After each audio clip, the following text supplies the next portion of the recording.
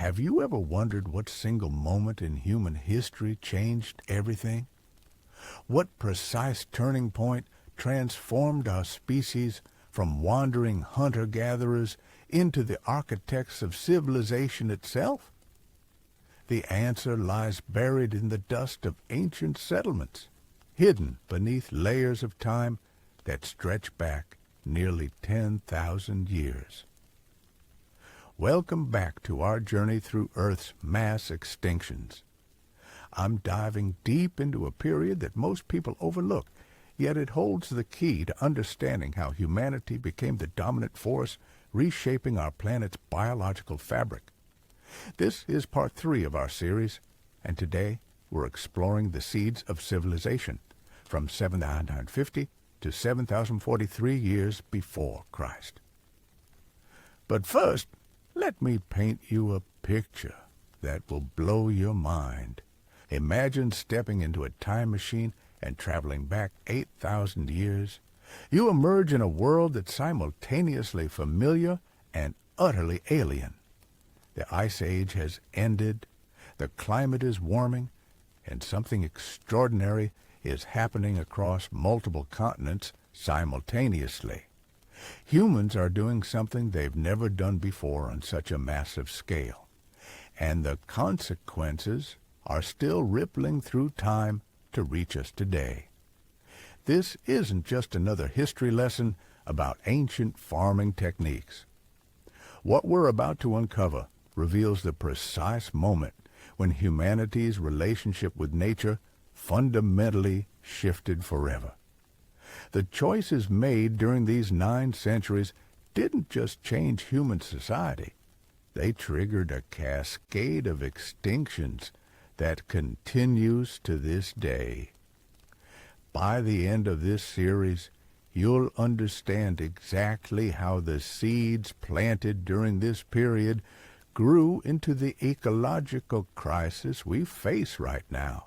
Well, the story begins in the Fertile Crescent, that legendary birthplace of agriculture stretching across modern-day Iraq, Syria, and Turkey. But here's what's fascinating. The agricultural revolution wasn't just happening there. Independently, across vast distances, human communities were making the same revolutionary leap. From the rice paddies of ancient China to the maize fields of Mesoamerica, our species was simultaneously discovering how to bend nature to our will. Picture the morning mist rising over the world's first permanent settlements. Places like Jericho were transforming from seasonal camps into thriving towns with stone walls, organized streets, and populations that would have seemed impossible just generations earlier. These weren't just bigger camps. They represented a complete reorganization of human society. For the first time in our species' history, people were staying in one place year-round, accumulating possessions, and fundamentally altering the landscape around them. The archaeological evidence from this period tells an incredible story of innovation and adaptation. Tool technology was advancing at an unprecedented pace. The simple stone implements of earlier eras were giving way to sophisticated farming equipment, pottery for storing surplus crops, and specialized tools for everything from woodworking to textile production. Each innovation built upon the last, creating a feedback loop of technological advancement that accelerated human development.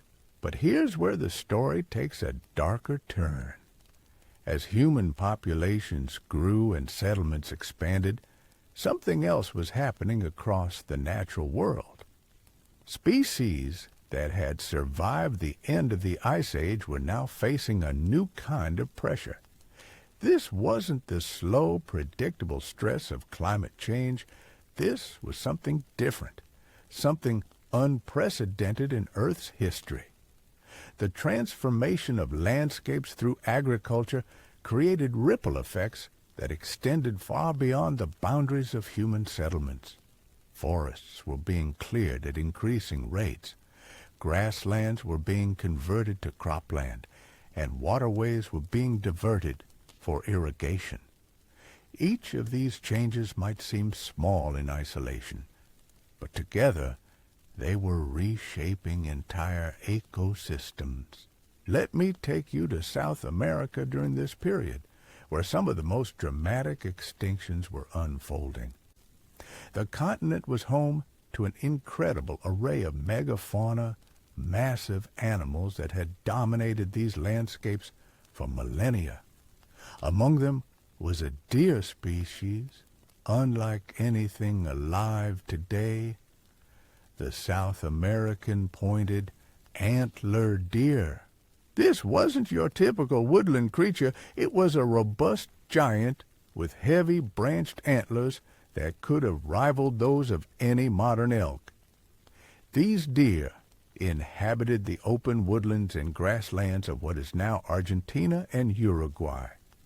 Their powerful build and impressive antlers suggest they were well adapted for both display and combat, probably engaging in spectacular battles during mating season.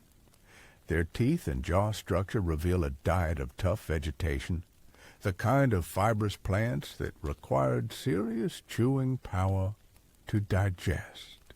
But as human populations expanded and hunting pressure increased, combined with the ongoing climate changes from the end of the Ice Age, these magnificent creatures found themselves in an impossible situation. The open grasslands they depended on were changing. Human hunters were becoming more efficient and numerous, and their slow reproductive rate meant they couldn't recover from population losses quickly enough. The extinction of the pointed antler deer represents something profound about this period in history. It wasn't just climate change killing these animals, and it wasn't just human hunting either.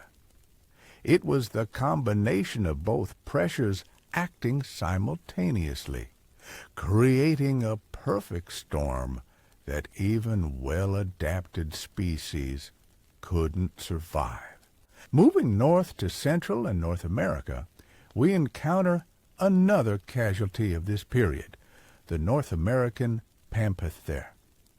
Imagine an armadillo the size of a small car, covered in heavy segmented armor and weighing as much as a large bear. These weren't the cute little armadillos you might see crossing a Texas highway. These were massive herbivores that moved slowly across the landscape, their robust limbs carrying their heavily armored bodies as they grazed on coarse vegetation. The pamphither had survived for millions of years, their armor protecting them from predators and their efficient digestive systems allowing them to extract nutrition from tough grasses and shrubs. They were perfectly adapted to the dry, open habitats of the late Ice Age. But as the climate warmed and human populations spread across the Americas, these ancient survivors found themselves facing challenges their armor couldn't protect them from. The disappearance of the pamphither around 10,000 years ago marks another piece in the puzzle of what scientists call the Pleistocene megafaunal collapse. This wasn't just one species going extinct. It was entire categories of large animals vanishing from the American continents in what amounts to an evolutionary blink of an eye. In the forests and grasslands of South America, another group of remarkable creatures was facing the same fate. The ground sloths of this period weren't the slow-moving tree-dwellers we know today. They were terrestrial giants with powerful limbs and massive claws. Cuvier's small ground sloth, despite its name suggesting modest size, was actually a medium-sized powerhouse, built for digging and slow, deliberate movement across the landscape. These ground sloths had evolved an entirely different lifestyle from their modern tree-dwelling relatives. They were built like living bulldozers, using their strong forelimbs and impressive claws to pull vegetation within reach or dig for roots and tubers. Some species even had small bony plates embedded in their skin, natural armor that provided protection from predators. The extinction of these ground sloths around 10,000 years ago followed the same pattern we're seeing across the Americas during this period. Rapid climate change at the end of the Ice Age, combined with increasing human presence, created conditions that even these well-adapted animals couldn't overcome. Their slow movement and specialized diet made them particularly vulnerable to both environmental changes and human hunting pressure. But the story of extinction during this period isn't limited to the Americas. Across the steppes of Eurasia, one of the most iconic animals of the Ice Age was beginning its final chapter. The woolly rhinoceros had been a symbol of the glacial world for hundreds of thousands of years. Its massive bulk, covered in thick reddish-brown fur, and its distinctive shoulder hump marking it as one of the most specialized cold-weather mammals ever to exist. These weren't just oversized versions of modern rhinos. They were completely different animals adapted to a world of ice and snow.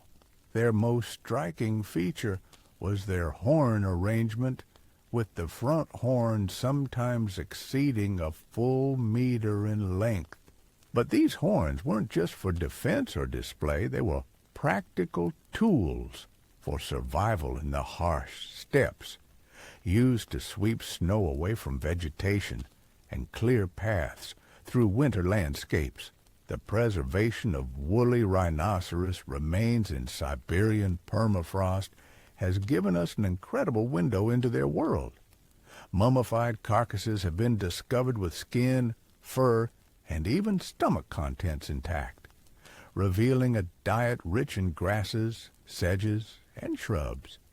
These findings prove that woolly rhinos were highly specialized grazers, perfectly adapted to the cold, dry grasslands of the late Ice Age.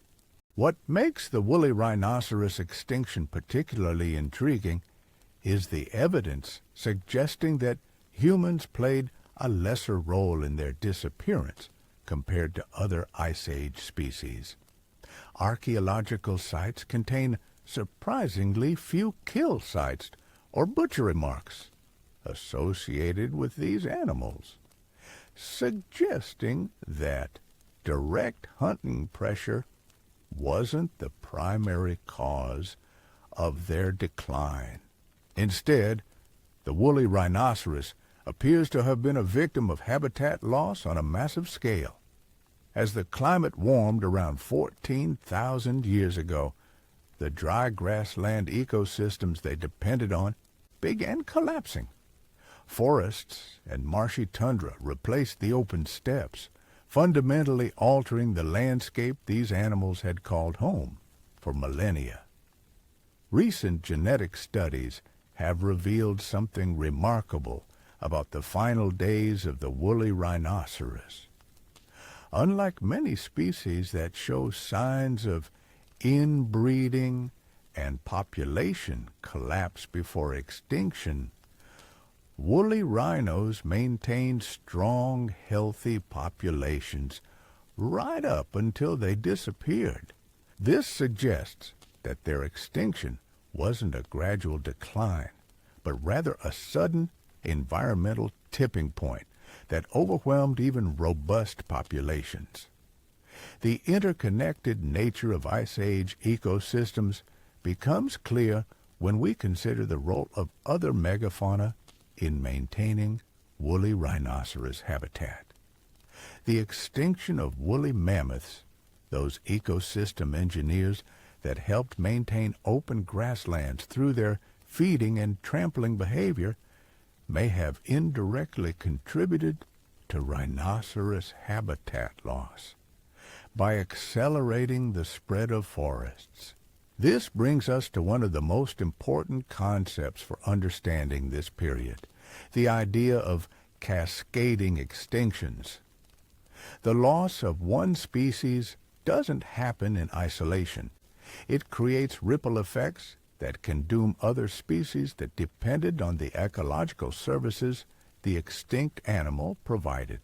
As we'll see throughout this series, these cascading effects become increasingly important as human influence on global ecosystems intensifies. The story continues in the next part of our journey, where we'll explore how the agricultural revolution accelerated these extinction patterns and set the stage for the ecological transformations that would reshape our planet forever. The extinction cascades we're witnessing during this period reveal something profound about how ecosystems function. When key species disappear, they don't just leave empty spaces, they create domino effects that can topple entire biological communities. This becomes crystal clear when we examine what was happening to the giant ground sloths of the Americas. Imagine encountering the Pan-American ground sloth in its prime, standing up to 6 meters tall on its hind limbs and weighing over 3 tons. This creature would have dwarfed any land animal alive today.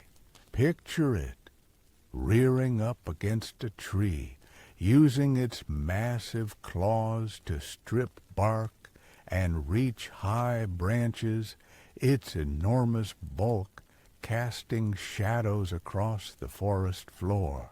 This wasn't just another large mammal. This was a living ecosystem engineer. These colossal sloths were reshaping landscapes with every step. Their feeding behavior created clearings in dense forests. Their massive droppings fertilized vast areas, and their well-worn trails became highways for countless smaller species.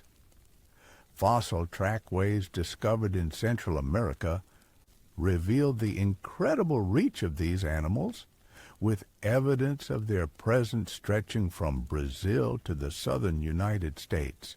The relationship between these giant sloths and early human populations tells a fascinating story of coexistence turned competition. Archaeological evidence shows that humans and ground sloths shared the same landscapes for thousands of years. But as human populations grew and hunting techniques improved, the balance began to shift. These slow-moving giants, despite their impressive size, were surprisingly vulnerable to coordinated human hunting parties. The extinction of the Pan-American ground sloth around 9,000 years ago marks more than just the loss of a single species. It represents the disappearance of an entire ecological role that had existed for millions of years.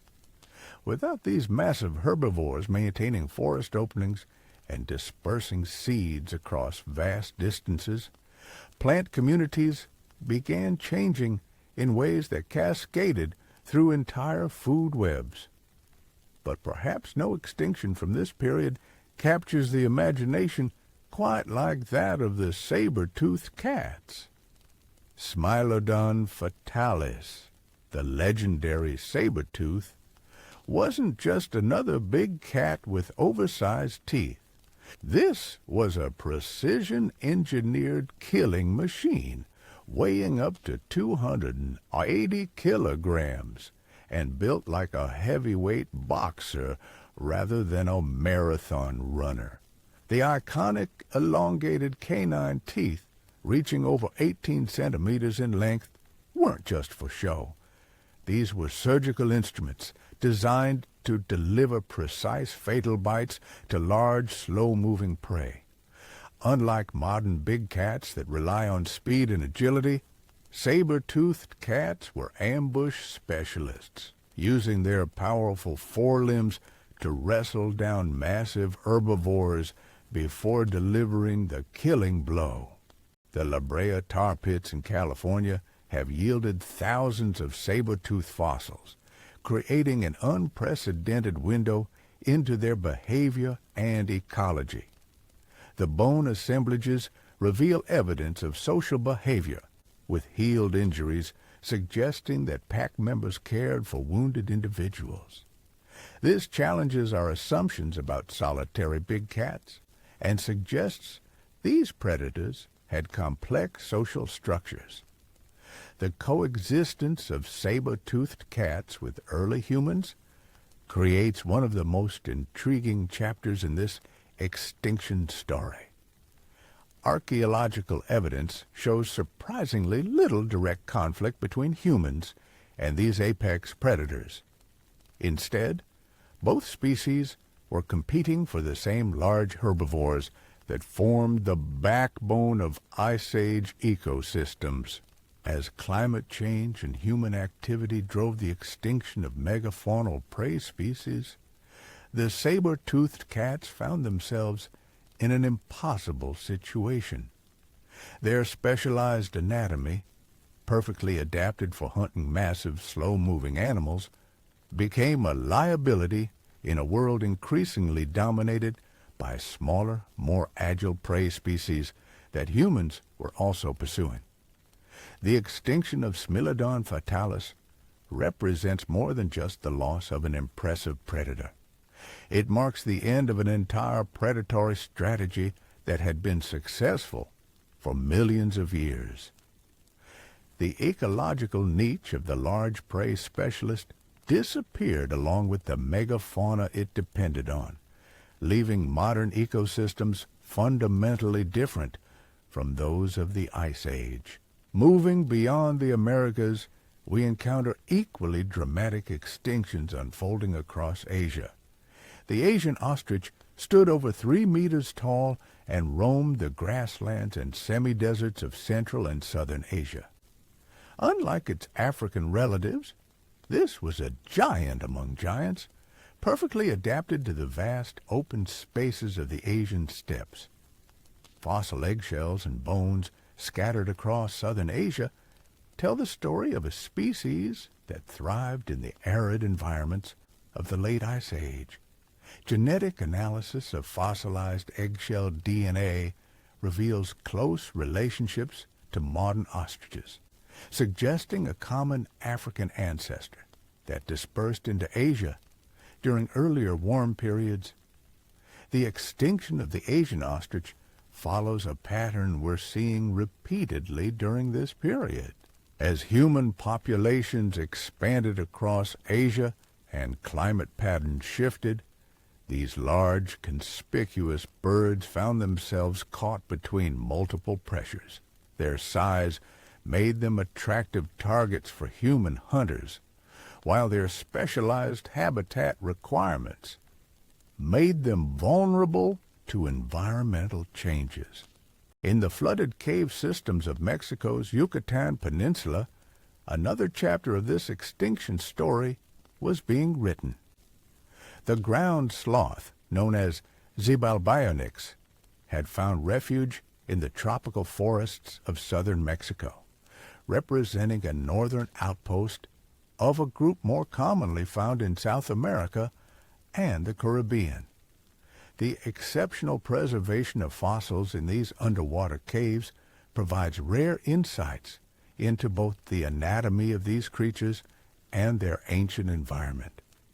Based on their tooth structure, these sloths were herbivores, feeding on a mix of leaves and fruits in the lush tropical forests that covered the region 9,000 years ago. The presence of South American ground sloth lineages in Mexico highlights the dynamic nature of species distributions during this period. As climate zones shifted and sea levels changed, animals were constantly moving across landscapes, seeking suitable habitats and food sources. But as human populations expanded into these same regions, the available refugia became increasingly limited.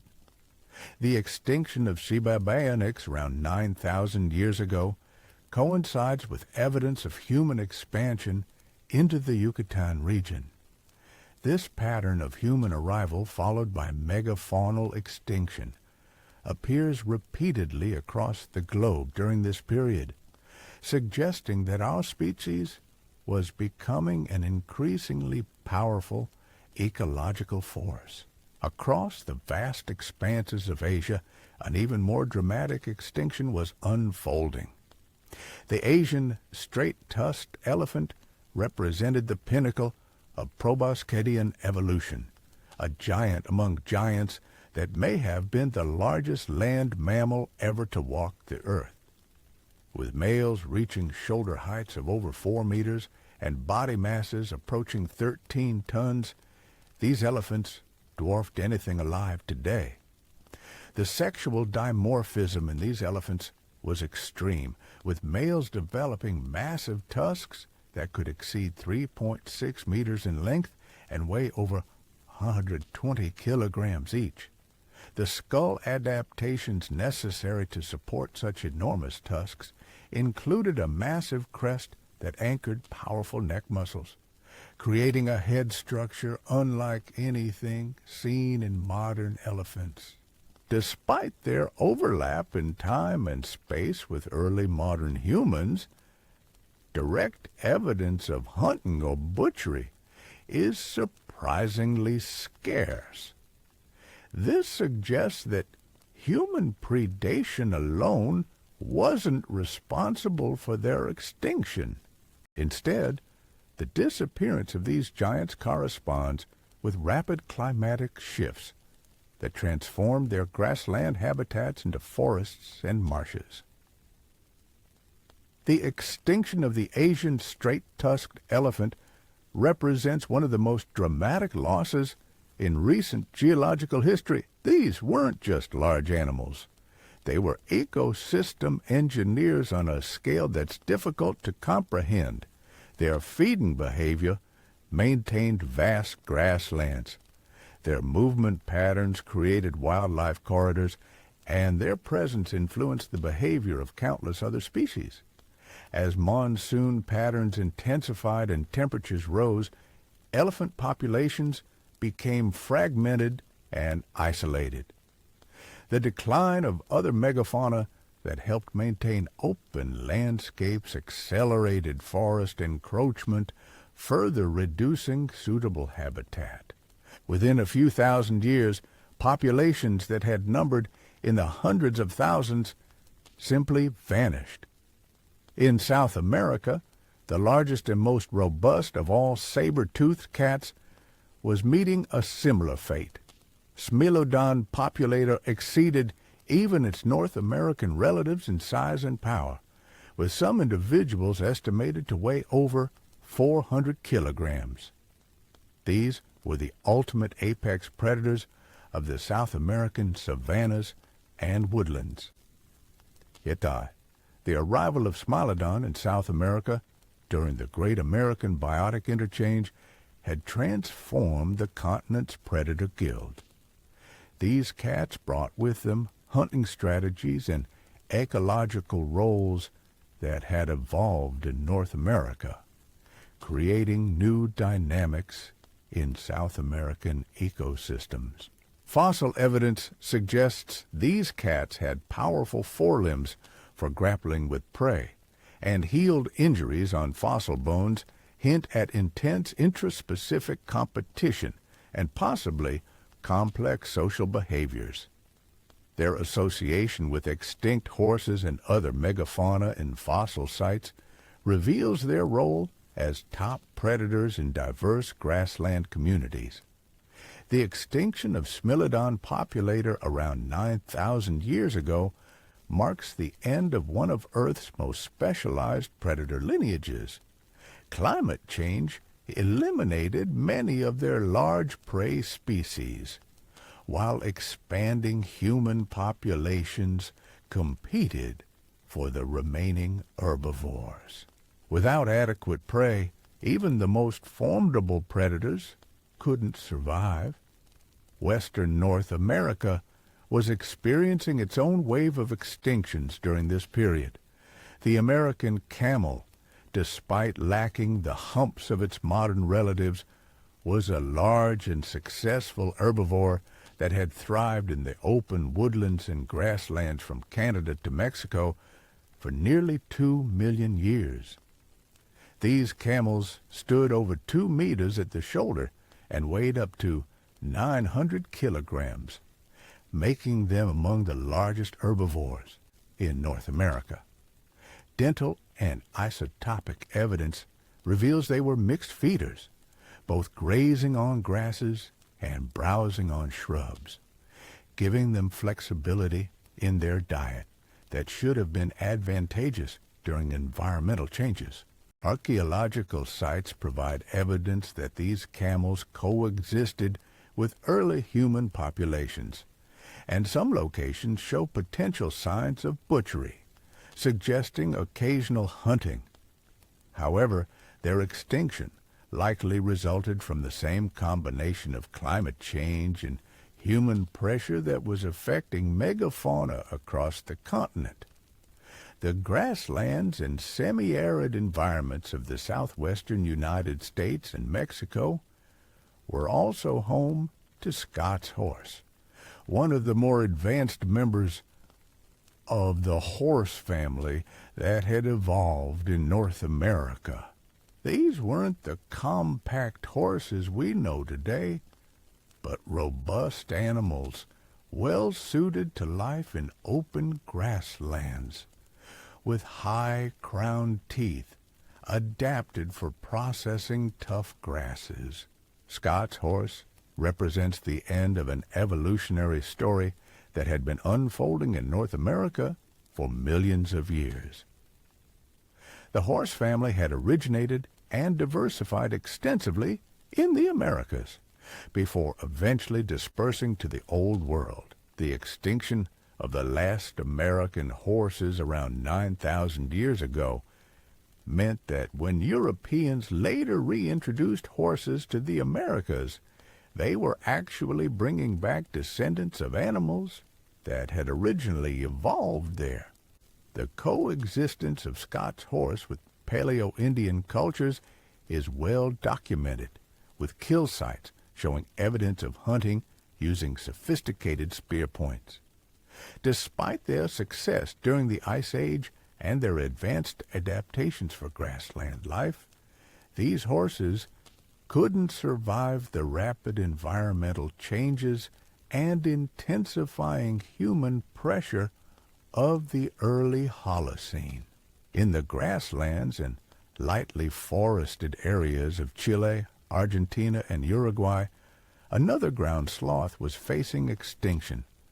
Celododon, with its heavily built body and strong forelimbs equipped with large claws, was a slow-moving herbivore that fed on tough vegetation, including shrubs and coarse grasses. The extinction of Celododon around 9,000 years ago follows the same pattern we've seen across South America. These animals had survived the climatic upheavals of the Ice Age, but the combination of rapid warming and expanding human populations created conditions they couldn't adapt to quickly enough. Perhaps the most iconic extinction of this period was that of the Columbian mammoth, one of the largest elephant species ever to have lived. These giants roamed across much of North America, standing up to 4 meters at the shoulder and weighing over 10 tons. Unlike their woolly relatives, Columbian mammoths were adapted to more temperate climates and lacked the dense fur that characterized Arctic species. Their impressive spiral tusks could exceed 4 meters in length, making them among the most spectacular examples of proboscidean evolution. These weren't just display structures, they were practical tools for stripping bark, digging for water, and competing with rivals during mating season. Columbian mammoths were primarily grazers, feeding on the grasses and sedges of open woodlands and grasslands. Fossilized dung and isotopic studies confirm their preference for these habitats, which were becoming increasingly scarce as the climate warmed and forests expanded. The relationship between Columbian mammoths and early Paleo-Indian cultures represents one of the clearest examples of human megafauna interaction during this period. Clovis people and other early cultures developed sophisticated techniques for hunting these giants, using spears and coordinated group tactics to bring down animals many times their size. Despite their impressive size and strength, Columbian mammoths proved vulnerable to the environmental changes of the terminal Pleistocene. As grassland habitats transformed into forests or deserts, available forage declined dramatically.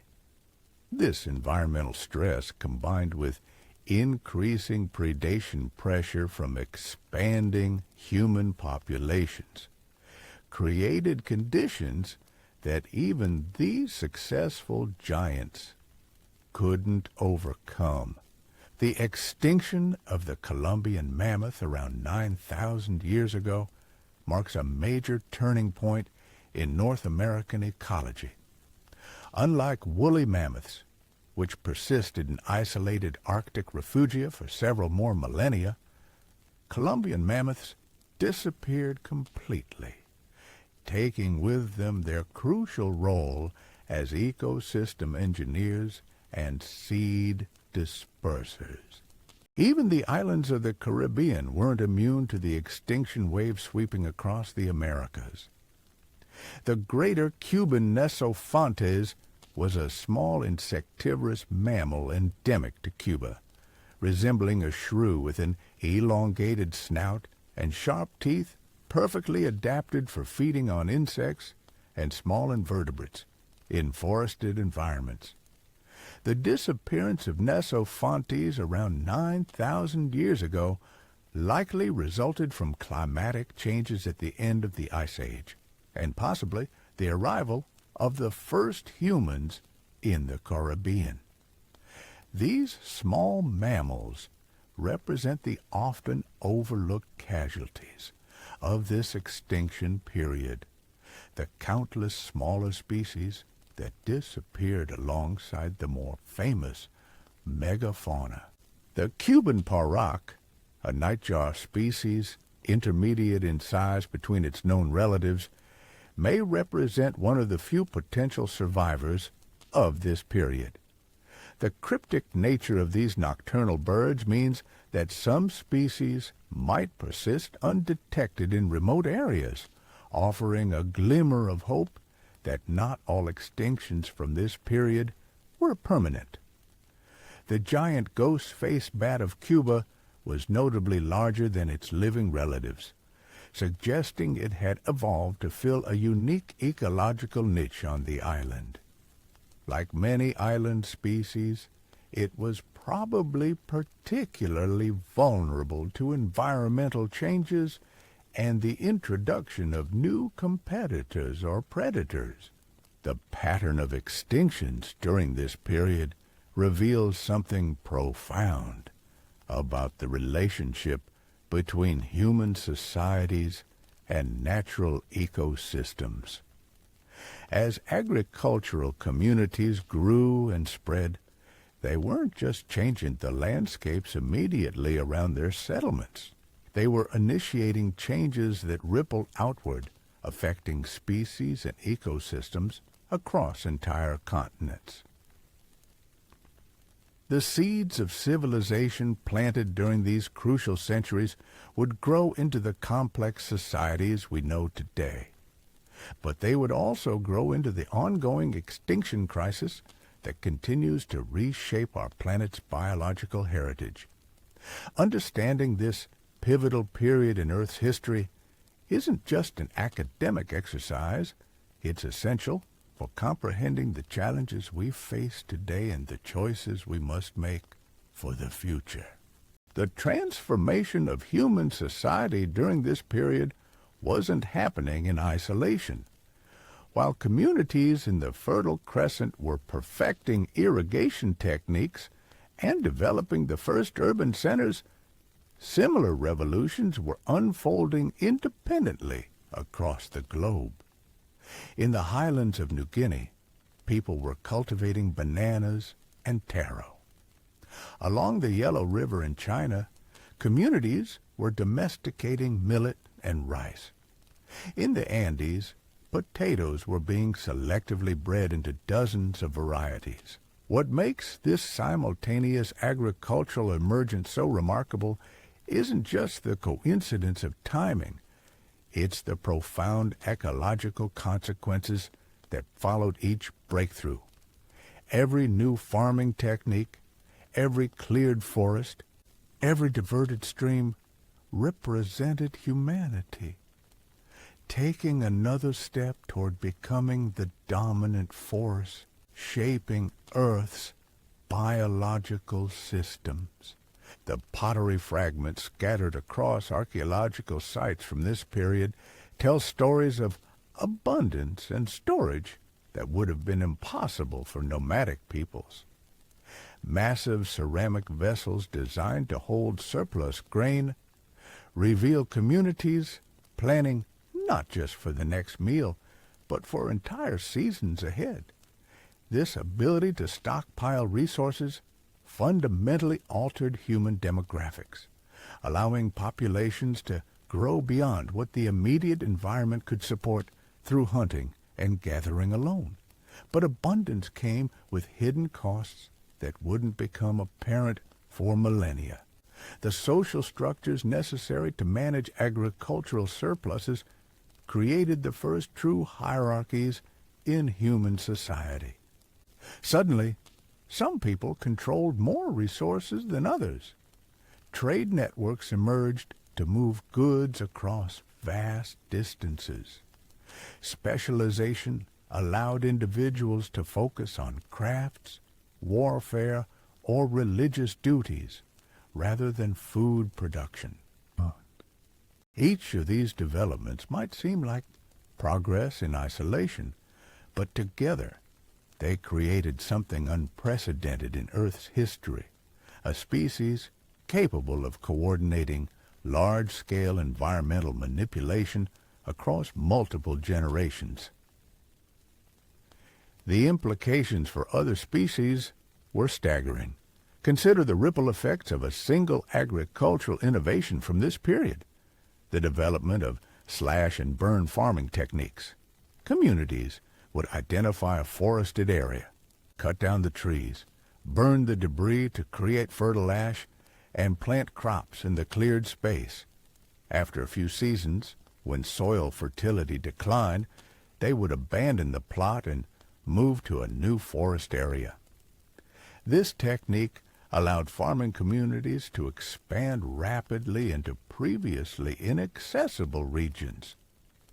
But for the wildlife that depended on those forests, each burned clearing represented a permanent loss of habitat. Even when human communities moved on and vegetation regrew, the species composition never quite returned to its original state. Slowly but steadily, entire landscapes were being transformed. The evidence for this agricultural expansion appears in pollen records from around the world. Lake sediments and bog cores from this period show dramatic shifts in plant communities, with forest pollen declining and grass and crop pollen increasing. These changes weren't gradual, They represent rapid transformations that would have displaced countless animal species. In the emerging agricultural heartlands, the pressure on wildlife was becoming intense. The Jordan Valley, cradle of some of humanity's first permanent settlements, was experiencing unprecedented ecological stress.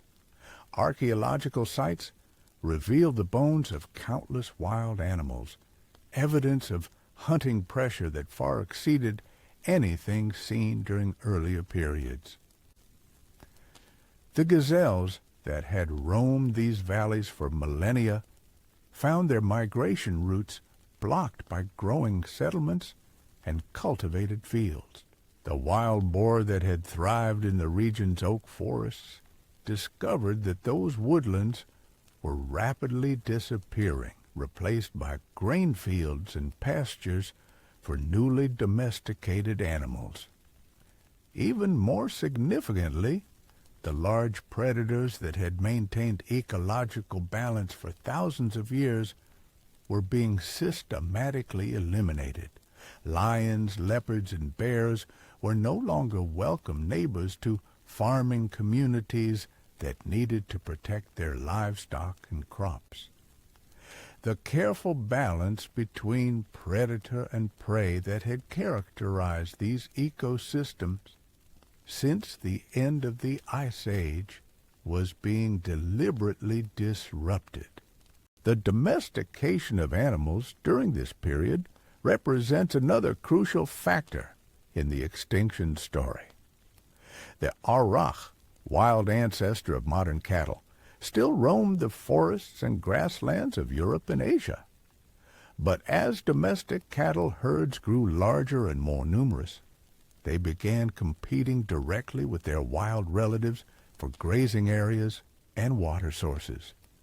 Wild sheep and goats faced similar pressures as their domestic cousins multiplied under human protection. The genetic diversity that had sustained these species through climatic upheavals was being concentrated into smaller and smaller populations of truly wild animals, making them increasingly vulnerable to environmental changes. The transformation of the landscape wasn't limited to clearing forests for agriculture. Early metallurgy was beginning to emerge during this period, and the demand for copper and other metals was driving mining activities that had their own ecological consequences. Forests were being cut not just for farmland, but to fuel the fires needed for smelting ore. Rivers and streams were being diverted not only for irrigation, but to power the primitive mills and workshops that were becoming essential to increasingly complex societies. Each technological advancement required resources extracted from the natural world, and each extraction left its mark on local ecosystems. The social implications of these changes were equally profound. As communities grew larger and more complex, they required increasingly sophisticated systems of organization and control. The egalitarian bands of hunter-gatherers were giving way to stratified societies with chiefs, priests, and specialized warriors. These emerging hierarchies had direct consequences for how human communities interacted with their environment. Decisions about resource use were no longer made by small groups with intimate knowledge of local ecosystems. Instead, they were being made by leaders who might be removed from the immediate environmental consequences of their choices. The archaeological record from this period reveals increasing evidence of long-distance trade in luxury goods. Obsidian from volcanic regions was being transported hundreds of miles to be fashioned into tools and ornaments. Shells from coastal areas were appearing in inland settlements. Amber and precious stones were being moved across vast trade networks. This emerging trade economy had ecological implications that extended far beyond the immediate extraction sites. Trade routes required maintenance and protection, leading to the establishment of way stations and the clearing of paths through previously undisturbed wilderness. The movement of goods also facilitated the movement of people, domestic animals, and inadvertently disease organisms and invasive species. The pressure on marine ecosystems was also beginning to intensify during this period. Coastal settlements were growing rapidly, taking advantage of the rich resources available from both land and sea. Shell middens from this era reveal increasingly intensive harvesting of shellfish and other marine organisms.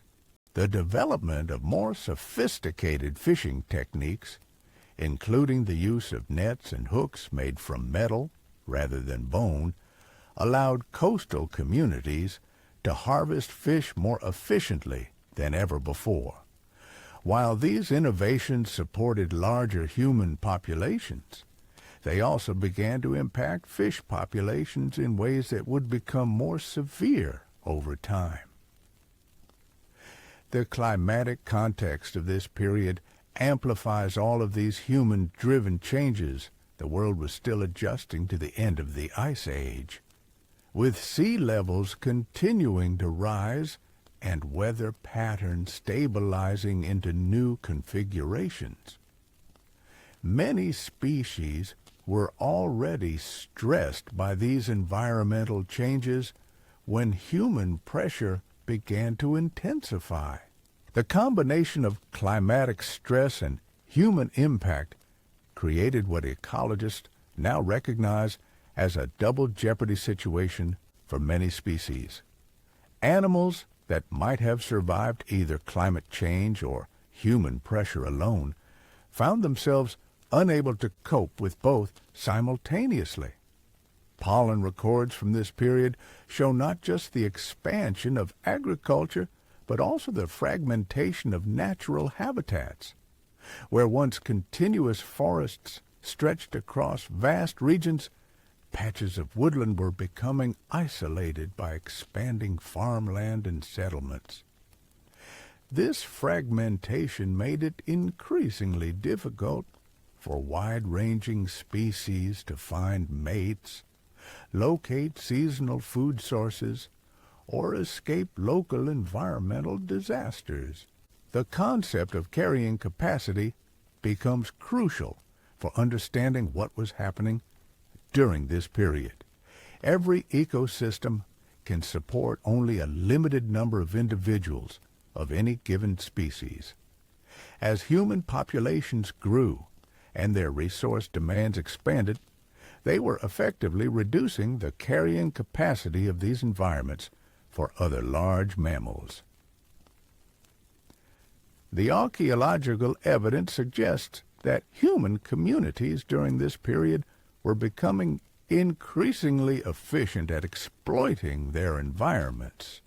Specialized hunting tools, coordinated group tactics, and improved food storage techniques all contributed to humanity's growing ecological impact.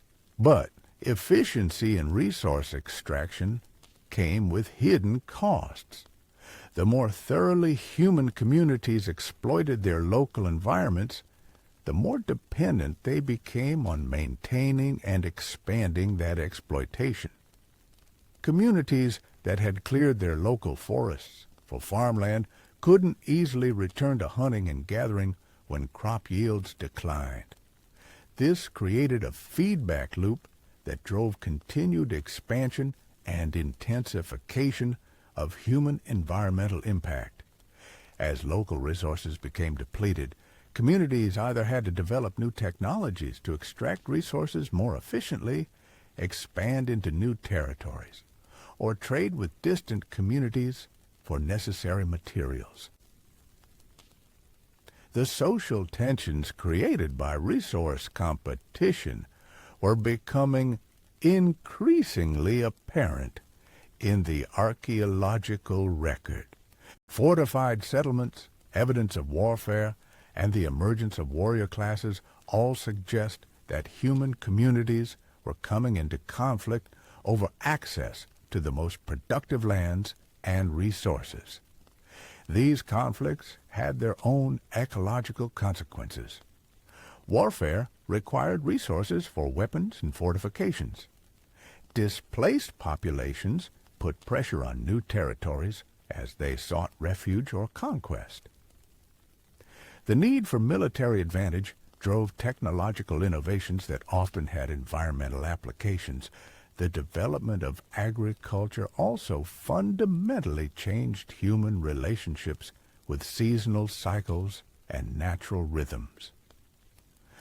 Hunter-gatherer societies had followed the natural availability of resources, moving with herds, following fruiting seasons, and adapting their activities to natural cycles. Agricultural societies, by contrast, imposed their own rhythms on the landscape.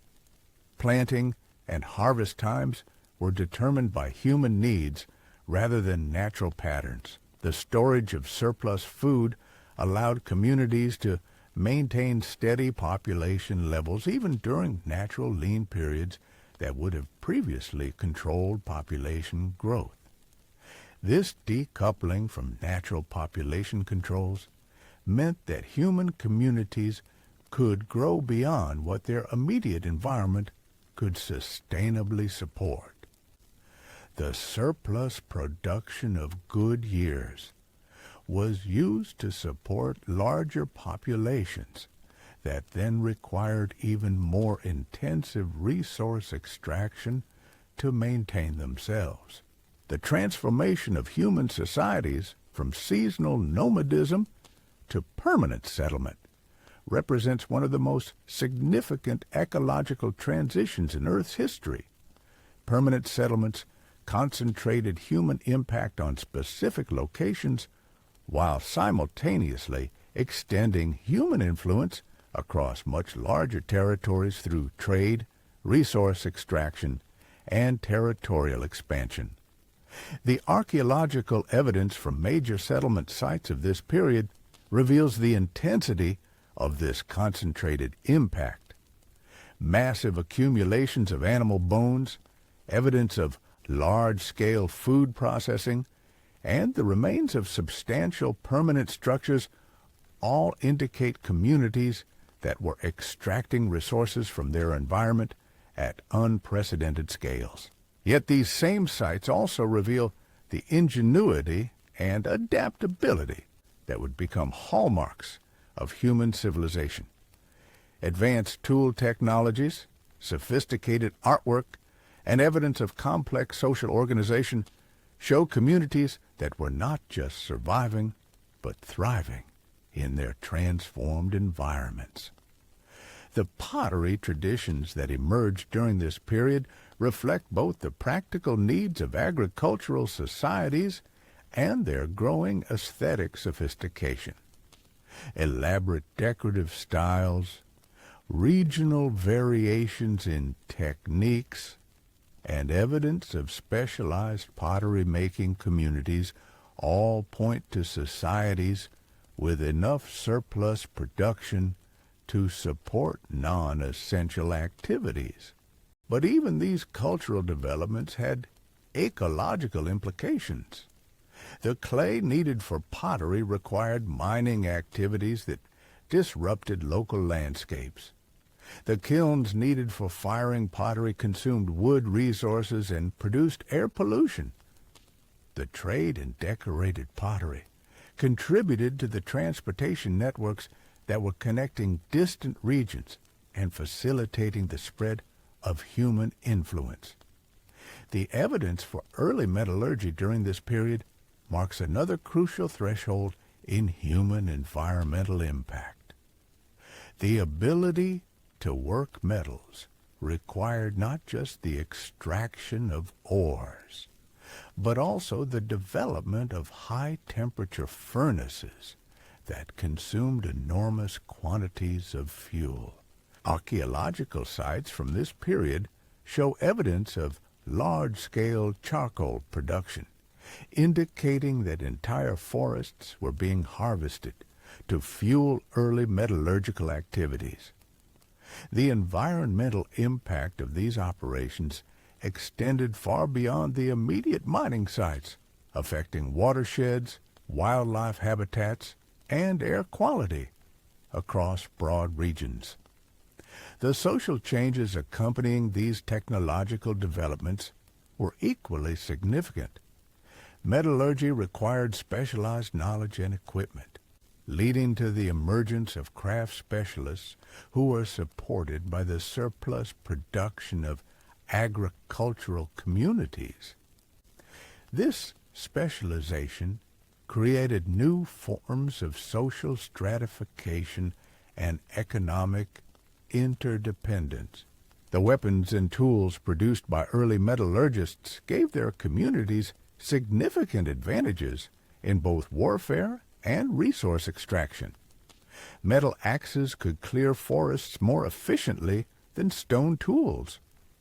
Metal spear points and arrowheads made hunting more effective. Metal agricultural tools increased farming productivity. Each of these advantages allowed human communities to extract more resources from their environment and support larger populations. But they also increased the pressure on the natural systems that sustained both human societies and the countless other species sharing these landscapes. The evidence from this period suggests that human communities were beginning to experience the first consequences of their intensifying environmental impact. Archaeological sites show evidence of soil erosion, deforestation, and the depletion of easily accessible resources. These early environmental problems drove further technological innovation and territorial expansion as communities sought solutions to resource limitations. The development of terracing, irrigation systems, and crop rotation techniques all represent responses to environmental degradation caused by earlier farming practices. But each solution brought its own set of ecological consequences. Irrigation systems altered natural water flow patterns, affecting both aquatic ecosystems and the plant and animal communities that depended on seasonal flooding. Terracing prevented soil erosion, but required massive labor investments and altered natural drainage patterns. The archaeological record reveals increasing evidence of long-distance trade in basic materials during this period, suggesting that local resource depletion was driving communities to seek supplies from ever more distant sources. This pattern of local depletion, followed by territorial or economic expansion, would become a recurring theme in human history. The emergence of religious and ceremonial complexes during this period reflects the growing social complexity of agricultural communities. But these developments also had environmental implications, as the construction of temples, monuments, and ceremonial centers required massive investments of labor and materials. The quarrying of stone for construction, the transport of heavy materials across long distances, and the clearing of sites for ceremonial complexes all contributed to human environmental impact.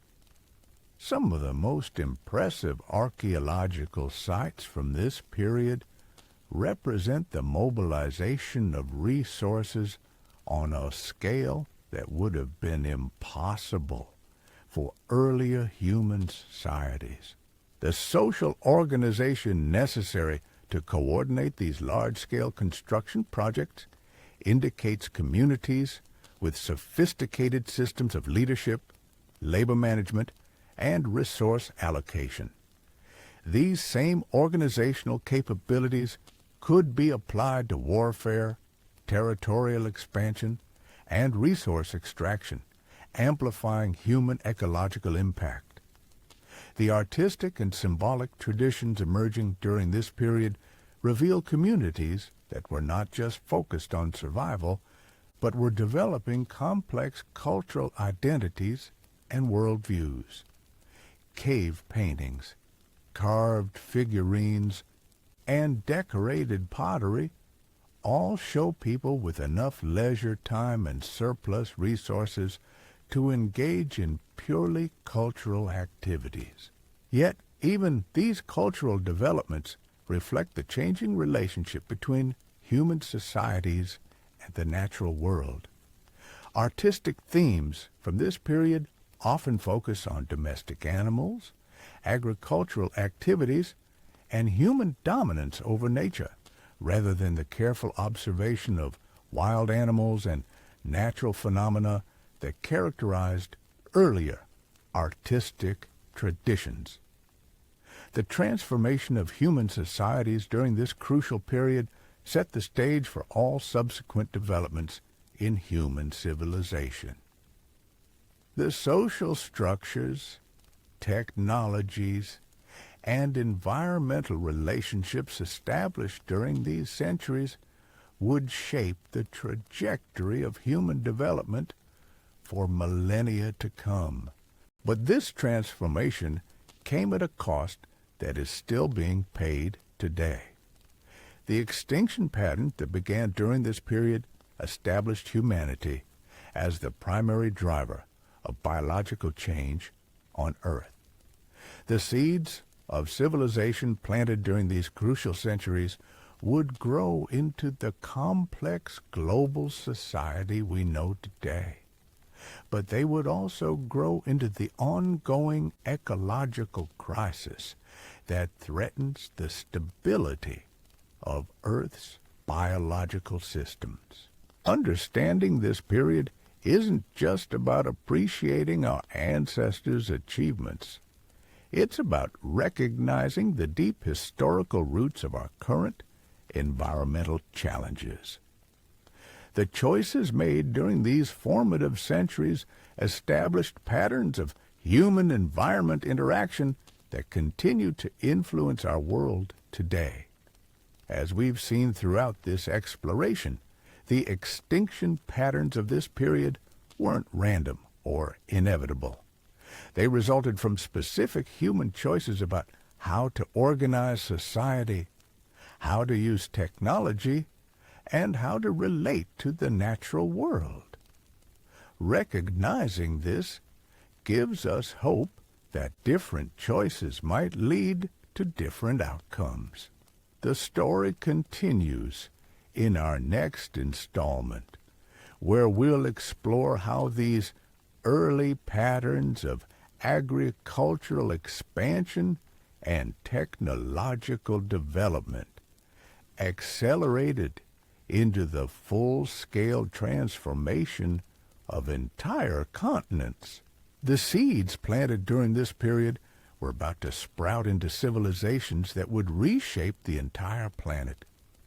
The transformation we've been witnessing reaches a critical threshold as we move deeper into this pivotal millennium.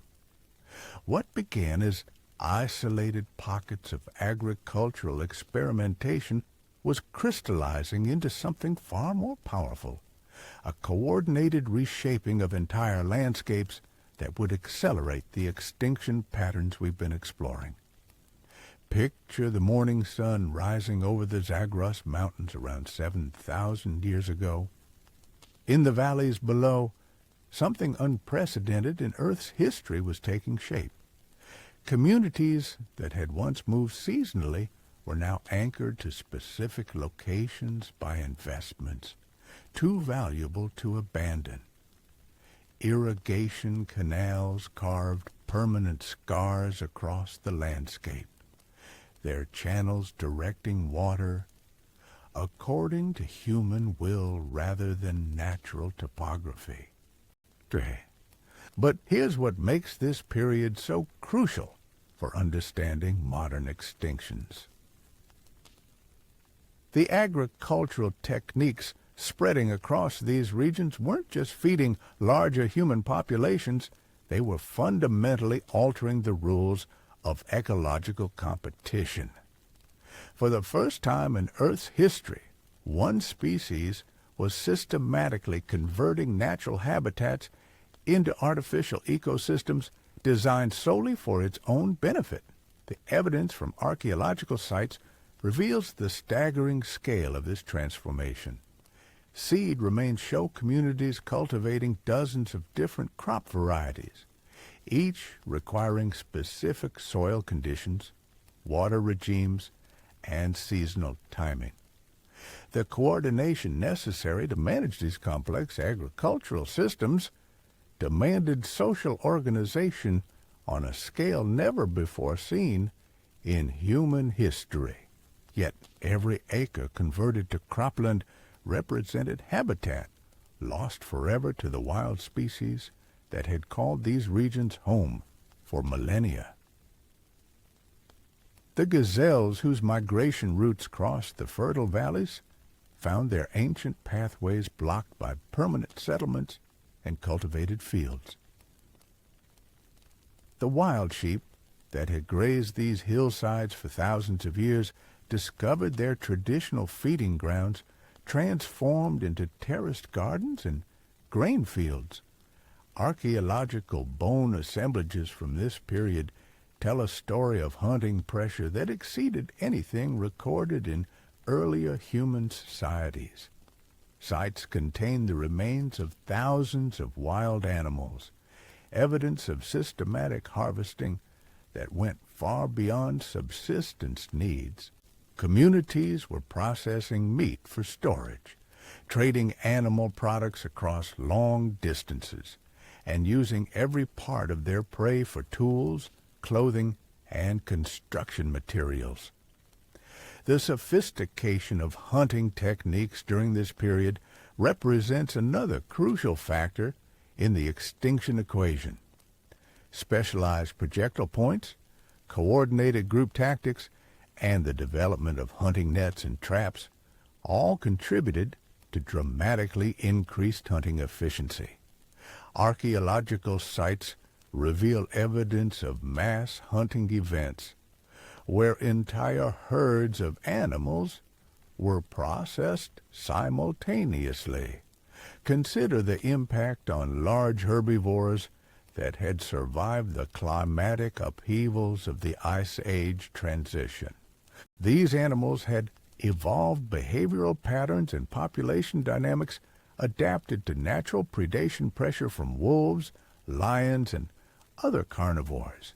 They had no evolutionary preparation for the systematic, technology-enhanced hunting pressure now being applied by increasingly numerous and organized human communities. The ripple effects extended far beyond the directly hunted species. As large herbivore populations declined, the ecosystems they had maintained through their feeding and movement patterns began to change. Grasslands that had been kept open by grazing pressure started reverting to scrubland and forest. Seed dispersal patterns that had depended on large mammals were disrupted, affecting plant community composition across vast areas. The emergence of pastoral nomadism during this period added another layer of pressure on wild ecosystems. Communities that specialized in herding domestic animals required vast territories for seasonal grazing, bringing them into direct competition with wild herbivores for the same resources. Domestic sheep, goats, and cattle weren't just using the same grazing areas as their wild relatives. They were doing so under human protection and management that gave them decisive advantages in resource competition.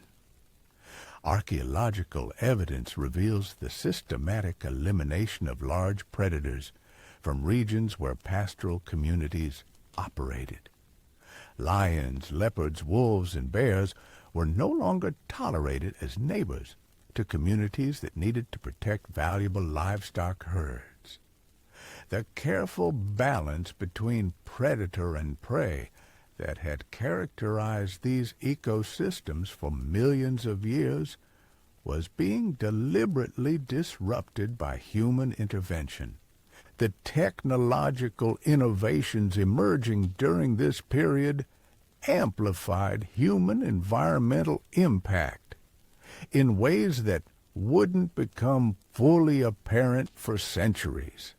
The development of the wheel revolutionized transportation, allowing communities to move larger quantities of goods over greater distances than ever before, but this innovation also facilitated more intensive resource extraction and more extensive territorial control. Wheeled vehicles required roads, and roads required maintenance, creating permanent corridors of human influence that fragmented natural habitats. The movement of goods and people along these routes facilitated the spread of domestic animals, crop plants, and, inadvertently, disease organisms and invasive species that would disrupt local ecosystems. The emergence of urban centers during this period represents perhaps the most significant ecological threshold crossed during these crucial centuries. Archaeological sites reveal settlements with populations numbering in the thousands, concentrated in areas small enough to walk across in minutes. The resource demands of these early cities created extraction pressures that extended across territories hundreds of times larger than the urban areas themselves. Urban communities required constant inputs of food, fuel, construction materials, and manufactured goods. Meeting these demands meant intensifying agricultural production in surrounding areas, expanding mining and quarrying operations, and establishing trade networks that connected distant resource extraction sites to urban consumption centers. The concentration of human populations in urban centers also concentrated human waste and environmental degradation in ways that created new ecological challenges. Archaeological evidence reveals problems with water pollution, soil contamination, and air quality that force communities to develop increasingly sophisticated technologies for waste management and resource processing.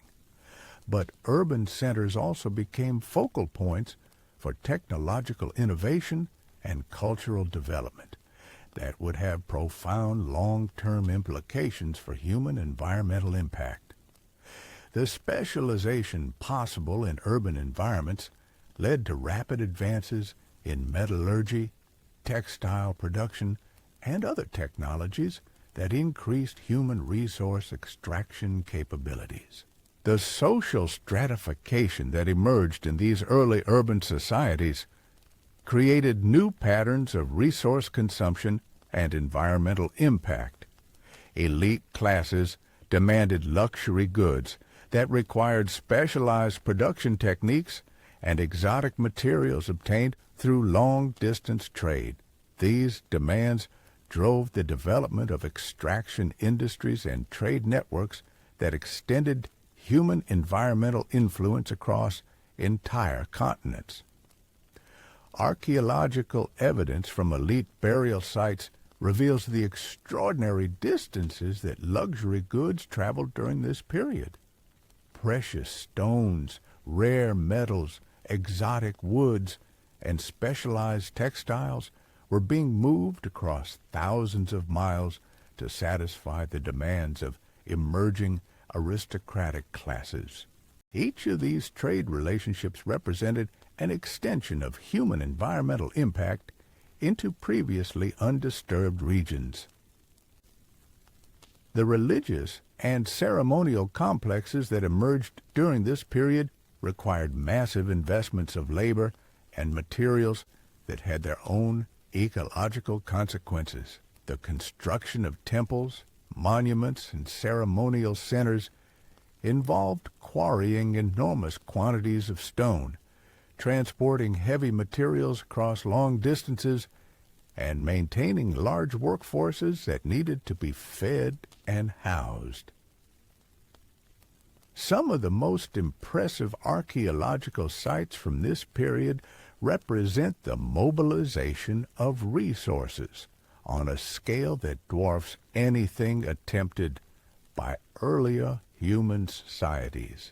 The coordination necessary to complete these projects indicates communities with sophisticated systems of social organization, labor management, and resource allocation that could be applied to other large-scale environmental modifications. The artistic and symbolic traditions emerging from these ceremonial complexes reveal changing human attitudes toward the natural world. Unlike earlier artistic traditions that focused on careful observation and representation of wild animals and natural phenomena, the art of this period increasingly emphasizes human dominance over nature and the transformation of natural materials into cultural objects. The development of writing systems during this period marks another crucial threshold in human environmental impact.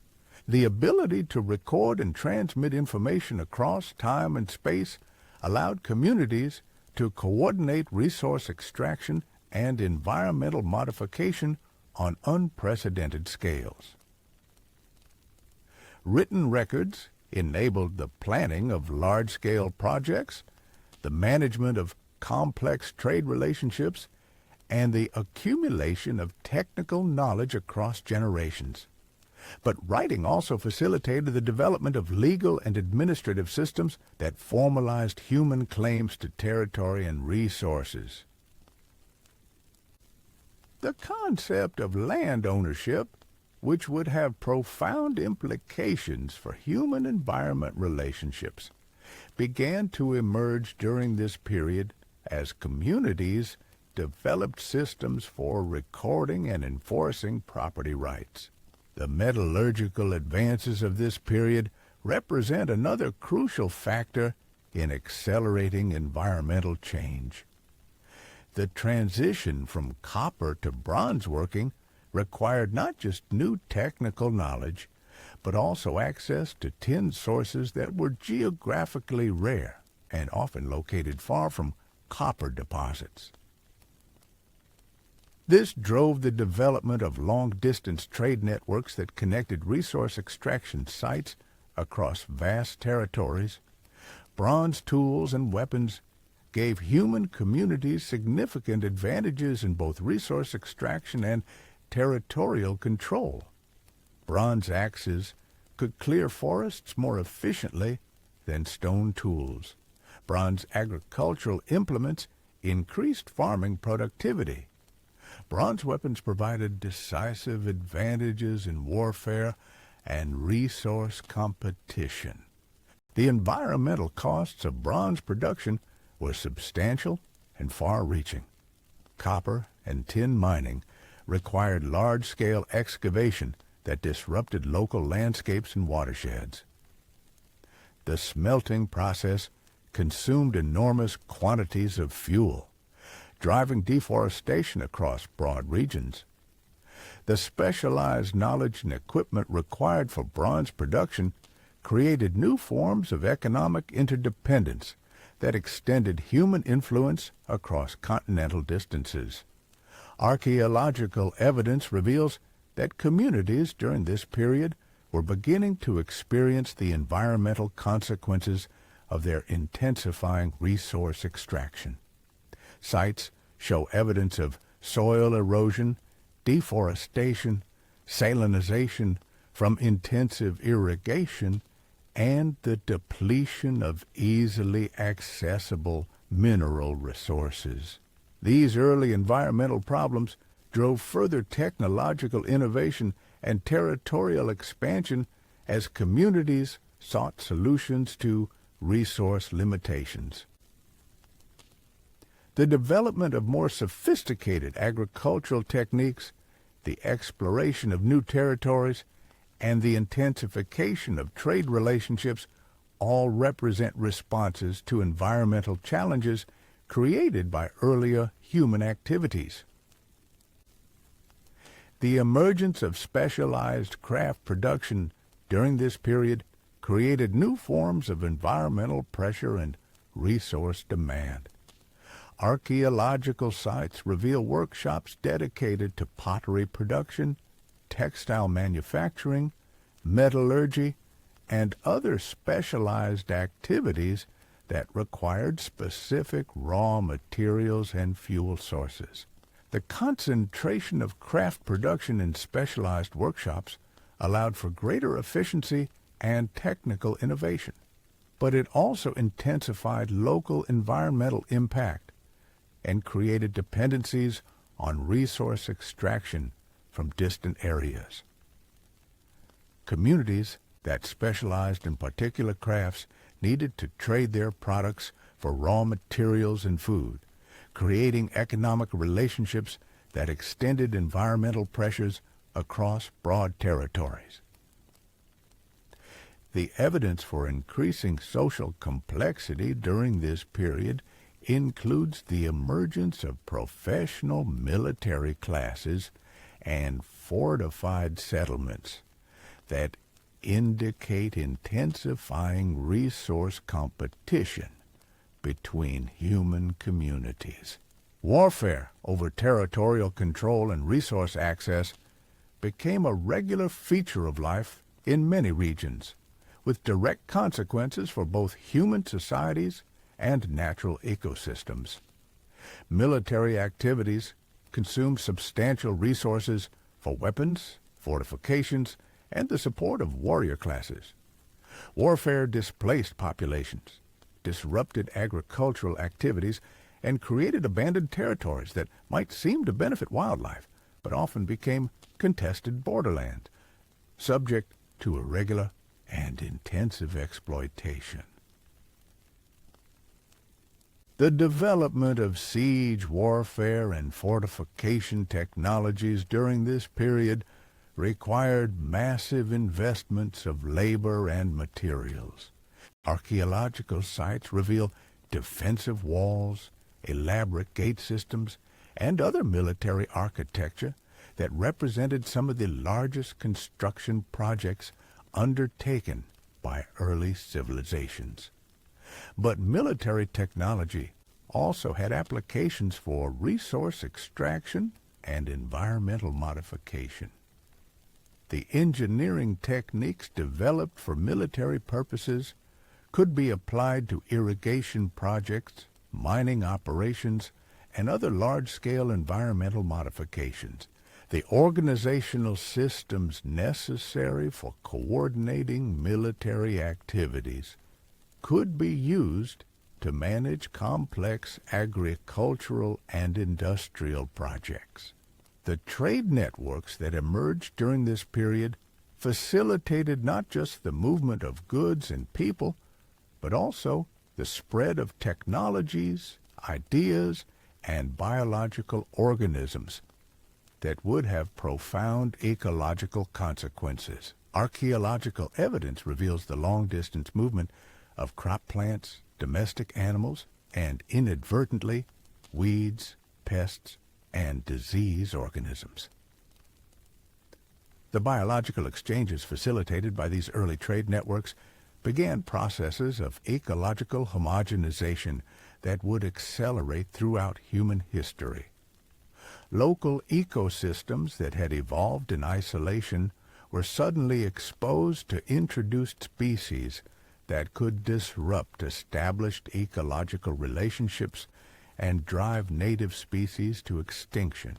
The expansion of agricultural communities into new territories during this period followed patterns that would be repeated throughout human history.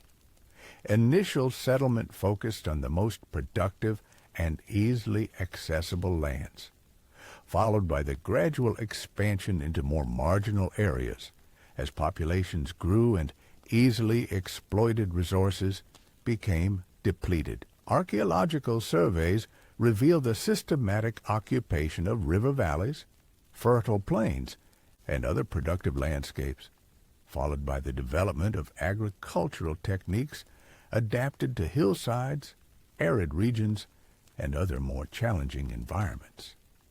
Each expansion brought human influence into previously undisturbed ecosystems and intensified pressure on local wildlife populations. The evidence for environmental degradation during this period includes not just the direct impacts of agriculture and settlement, but also the indirect effects of human activities on regional climate and ecological processes. Deforestation altered local precipitation patterns, intensive grazing, changed soil composition and erosion rates, and the diversion of water for irrigation affected downstream ecosystems. These regional environmental changes created feedback loops that influence human settlement patterns and resource use strategies. Communities had to adapt to the environmental consequences of their own activities, often through further technological innovation or territorial expansion that extended their environmental impact into new areas. The development of long-distance communication and coordination systems during this period enabled human communities to respond to environmental challenges through resource sharing and mutual support. But these same systems also facilitated the coordinated exploitation of resources across vast territories and the rapid spread of environmentally destructive technologies and practices. The emergence of regional cultural traditions during this period reflects the growing sophistication of human societies, but also their increasing separation from natural ecological processes. Archaeological evidence reveals elaborate artistic traditions, complex religious practices, and sophisticated social customs that indicate communities with substantial surplus production and leisure time. Yet, these cultural developments often emphasized human distinctiveness from and dominance over the natural world, rather than integration with natural processes. Religious and artistic traditions increasingly focused on supernatural rather than natural phenomena, and on human achievements rather than natural cycles and relationships. The archaeological record reveals communities that were becoming increasingly dependent on their technological and social innovations for survival. The knowledge and equipment necessary for agricultural production, craft manufacturing, and social organization represented investments that made it difficult or impossible for communities to return to earlier, less environmentally intensive ways of life. This technological and social lock-in created pressures for continued innovation and expansion that would drive accelerating environmental change throughout subsequent human history. Communities that had committed to particular technological and social strategies had to continue developing and intensifying those strategies even when their environmental costs became apparent. The evidence from this period suggests that human communities were beginning to experience the first systematic resource conflicts with other human groups over access to productive territories and valuable resources. The weapons, fortifications, and military technologies that emerged during this period indicate that resource competition was becoming a regular feature of human social organization. These resource conflicts had their own environmental consequences as communities competed to control the most productive lands and the most valuable extraction sites. Warfare over resource access often resulted in the overexploitation of contested territories and the abandonment of areas that became too dangerous for regular economic activity. The social institutions that emerged to manage resource competition and coordinate large-scale projects during this period established patterns of human organization that would persist throughout subsequent history.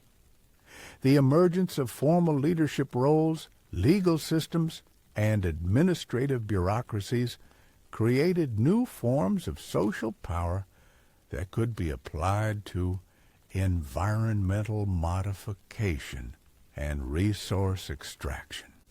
But these institutional developments also created new forms of separation between decision makers and the environmental consequences of their decisions. Leaders who controlled resource allocation might be insulated from the direct impacts of environmental degradation, allowing them to make decisions that prioritize short-term benefits over long-term ecological sustainability. The technological achievements of this period established human societies on a trajectory of accelerating environmental impact that would reshape entire continents over the following millennia. The innovations in agriculture, metallurgy, transportation, and social organization that emerged during these crucial centuries provided the foundation for all subsequent developments in human civilization.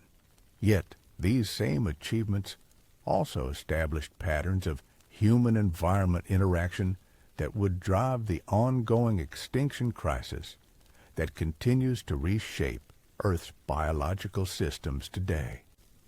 The seeds of both human civilization and ecological crisis were planted during this pivotal period in our species' development. The story we've been following reaches a crucial turning point as these scattered agricultural communities begin to coalesce into something larger and more powerful. The techniques and technologies developed during this period were about to spread across entire continents, carrying with them extinction patterns that would transform the biological heritage of our planet forever. In our next installment, we'll explore how these early patterns of environmental modification accelerated into the systematic transformation of entire regions, setting the stage for the emergence of the first true civilizations and the mass extinctions that accompanied their rise to dominance. The seeds planted during this period were about to sprout into forces that would reshape the entire world. The archaeological evidence from this transformative period reveals something that should terrify anyone who understands its implications. Communities weren't just growing larger, they were developing the organizational capacity to coordinate environmental destruction across territories that spanned hundreds of miles. The scattered farming villages we explored earlier were beginning to merge into something far more dangerous. Integrated regional networks capable of systematic ecological transformation. Picture yourself standing on a hilltop overlooking the Mesopotamian plains around 7,000 AD on 200 years ago. Below you stretches a landscape that would be barely recognizable to someone from just a few centuries earlier. Where once seasonal floods had dictated the rhythm of life, permanent canal systems now carved geometric patterns across the valley floor. These weren't simple irrigation ditches. They were engineering marvels that redirected entire rivers, according to human design. But here's what makes this development so crucial for understanding our current extinction crisis. These canal systems represented humanity's first attempt to completely override natural ecological processes on a regional scale. Every gallon of water flowing through those human-made channels was water that would never reach the wetlands, seasonal lakes, and riparian forests that had sustained countless species for millions of years. The technical sophistication required to maintain these irrigation networks drove innovations that would accelerate human environmental impact for millennia to come. Communities developed specialized tools for earth moving, techniques for measuring water flow, and administrative systems for coordinating labor across multiple settlements. Each innovation made it easier to modify landscapes on ever larger scales. Archaeological surveys reveal the staggering extent of habitat transformation occurring during this period. Entire river systems were being systematically altered, with natural meanders straightened, seasonal floodplains drained, and wetland areas converted to agricultural use. The ecological consequences rippled outward from these modified waterways, affecting plant and animal communities across vast territories. Consider the impact on migratory species that had depended on these river systems for thousands of years. Waterfowl that had followed ancient flyways found their traditional stopover points eliminated or degraded beyond recognition. Fish populations that had spawned in seasonal floodplains discovered their breeding grounds permanently dry. The intricate web of relationships that had connected aquatic and terrestrial ecosystems was being systematically dismantled. The emergence of specialized administrative classes during this period marks another crucial threshold in human environmental impact.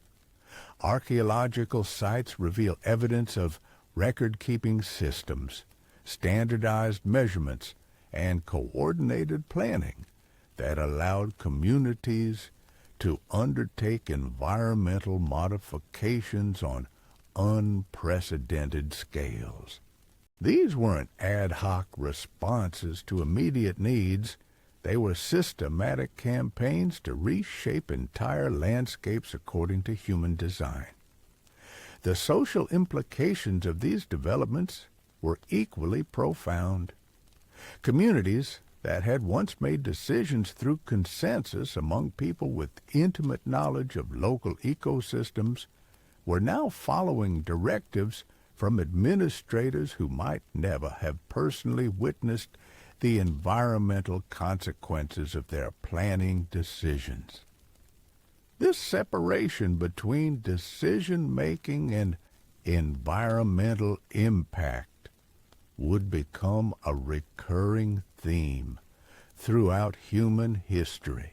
The metallurgical advances of this period provided the tools necessary for large-scale environmental modification.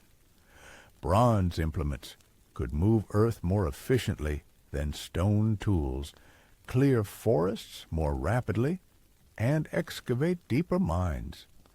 But perhaps more importantly, the bronze trade networks created economic incentives for systematic resource extraction that extended across entire continents. Archaeological evidence reveals the emergence of specialized mining communities during this period, settlements devoted entirely to extracting copper, tin, and other material needed for bronze production. These communities represented a new form of human-environmental relationship, one based on the systematic depletion of specific resources rather than the sustainable use of diverse local ecosystems. The environmental costs of supporting these mining communities were substantial and far-reaching. Forests surrounding mining areas were clear-cut to fuel smelting operations. Local water sources became contaminated with mining waste. Wildlife populations were displaced or eliminated as extraction activities expanded into previously undisturbed territories. But the most significant impact of the bronze trade was its role in creating economic incentives for territorial expansion and resource competition. Communities that controlled access to copper or tin deposits gained decisive advantages over their neighbors, driving conflicts that would reshape political boundaries and accelerate environmental destruction across broad regions. The evidence for increasing social stratification during this period reveals another crucial factor in accelerating extinction patterns. Elite classes that emerged in these early complex societies consumed resources at rates that far exceeded their numbers. Archaeological sites reveal elaborate burial goods, massive residential structures, and luxury items that required intensive resource extraction and specialized manufacturing. The demand for luxury goods created new forms of environmental pressure that extended far beyond the immediate territories of emerging cities. Exotic materials, rare metals, and specialized products were being transported across thousands of miles to satisfy elite consumption patterns. Each trade relationship represented an extension of human environmental impact into previously undisturbed regions. Consider the ecological implications of a single luxury item from this period. An elaborate piece of jewelry that might combine gold from one region, precious stones from another, and specialized craftsmanship from a third location. The environmental costs of producing such an item included not just the direct impacts of mining and manufacturing, but also the infrastructure necessary to support long-distance trade and the military activities required to secure access to distant resources. The religious and ceremonial complexes that emerged during this period required resource investments that dwarfed anything attempted by earlier human societies. Archaeological sites reveal temple complexes that consumed millions of person-hours of labor and required materials transported from hundreds of miles away. The construction of these monuments represented some of the largest environmental modification projects undertaken in human history. To that point, the symbolic significance of these ceremonial complexes extended far beyond their immediate construction impacts. They represented communities' growing confidence in their ability to reshape the natural world according to human design and demonstrated the organizational capacity necessary to coordinate massive environmental modification projects. But perhaps most significantly, these monuments often incorporated materials and design elements that emphasized human dominance over natural forces. Unlike earlier human settlements that were designed to integrate with local ecosystems, these ceremonial complexes were explicitly intended to demonstrate human transcendence of natural limitations. The agricultural intensification occurring during this period drove innovations that would have profound long-term consequences for global ecosystems. Communities developed techniques for maintaining soil fertility through crop rotation, animal manure, and other methods that allowed continuous cultivation of the same land. While these innovations supported larger human populations, they also facilitated the permanent conversion of natural habitats to agricultural use. Archaeological evidence reveals the systematic expansion of agriculture into increasingly marginal environments during this period. Hillsides were being terraced for cultivation, arid regions were being brought under irrigation, and forested areas were being cleared at accelerating rates. Each expansion brought human influence into ecosystems that had previously been largely unaffected by human activities. The development of plow agriculture during this period represents another crucial threshold in human environmental impact. Archaeological sites reveal evidence of heavy plows pulled by domesticated oxen, implements that could break ground far more efficiently than human-powered digging tools. This innovation made it possible to cultivate much larger areas and to bring previously uncultivatable soils under agricultural production.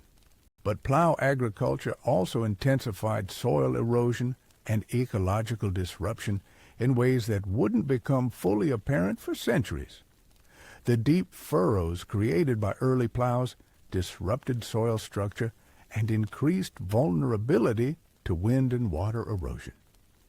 The systematic cultivation of large areas eliminated the diverse plant communities that had previously stabilized soils and provided habitat for countless species. The evidence for deforestation during this period reveals the staggering scale of habitat destruction occurring across multiple continents simultaneously. Pollen records show dramatic declines in forest cover across regions where agricultural communities were expanding. Archaeological sites contain evidence of massive timber consumption for construction, fuel, and manufacturing purposes. The ecological consequences of this widespread deforestation extended far beyond the immediate loss of forest habitat. Trees that had anchored soils for millennia were removed, leading to increased erosion and sedimentation of rivers and lakes.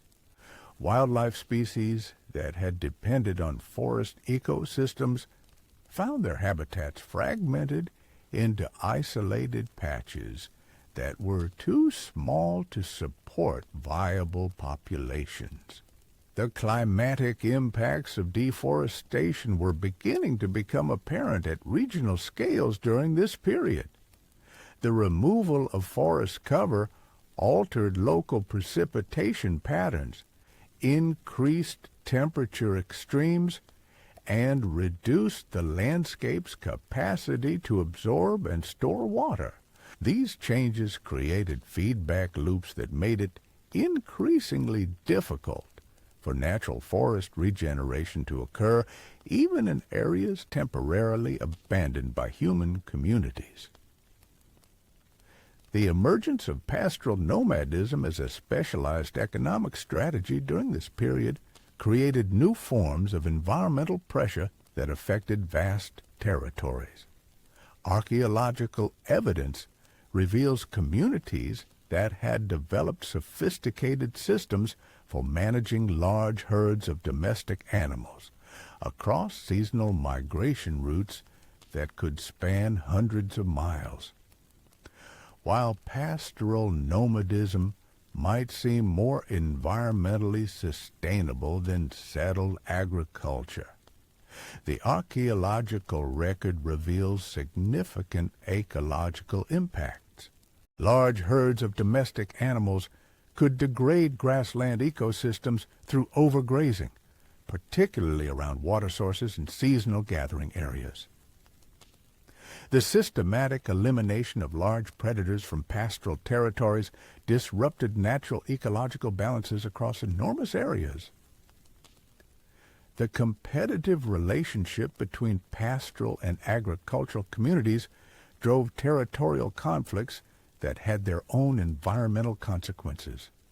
Archaeological sites reveal fortified settlements, evidence of livestock raiding, and the systematic exclusion of competing land uses from valuable territories. These conflicts often resulted in the overexploitation of contested areas and the abandonment of regions that became too dangerous for regular economic activity. The technological innovations emerging from these competitive relationships accelerated human environmental impact in multiple ways. Improved weapons made hunting more efficient and warfare more destructive. Better transportation systems facilitated resource extraction and territorial control across larger areas. More sophisticated communication methods enabled the coordination of environmental modification projects on unprecedented scales. The evidence for increasing population densities during this period reveals communities that were approaching or exceeding the carrying capacity of their local environments using existing technologies. Archaeological sites show evidence of resource stress, including the exploitation of increasingly marginal food sources and the systematic harvesting of species that had previously been ignored or avoided. These population pressures drove technological innovations and territorial expansion that extended human environmental impact into new regions and ecosystems. Communities that had exhausted local resources had to develop new extraction techniques, expand into previously unexploited territories, or establish trade relationships with distant communities that controlled needed resources.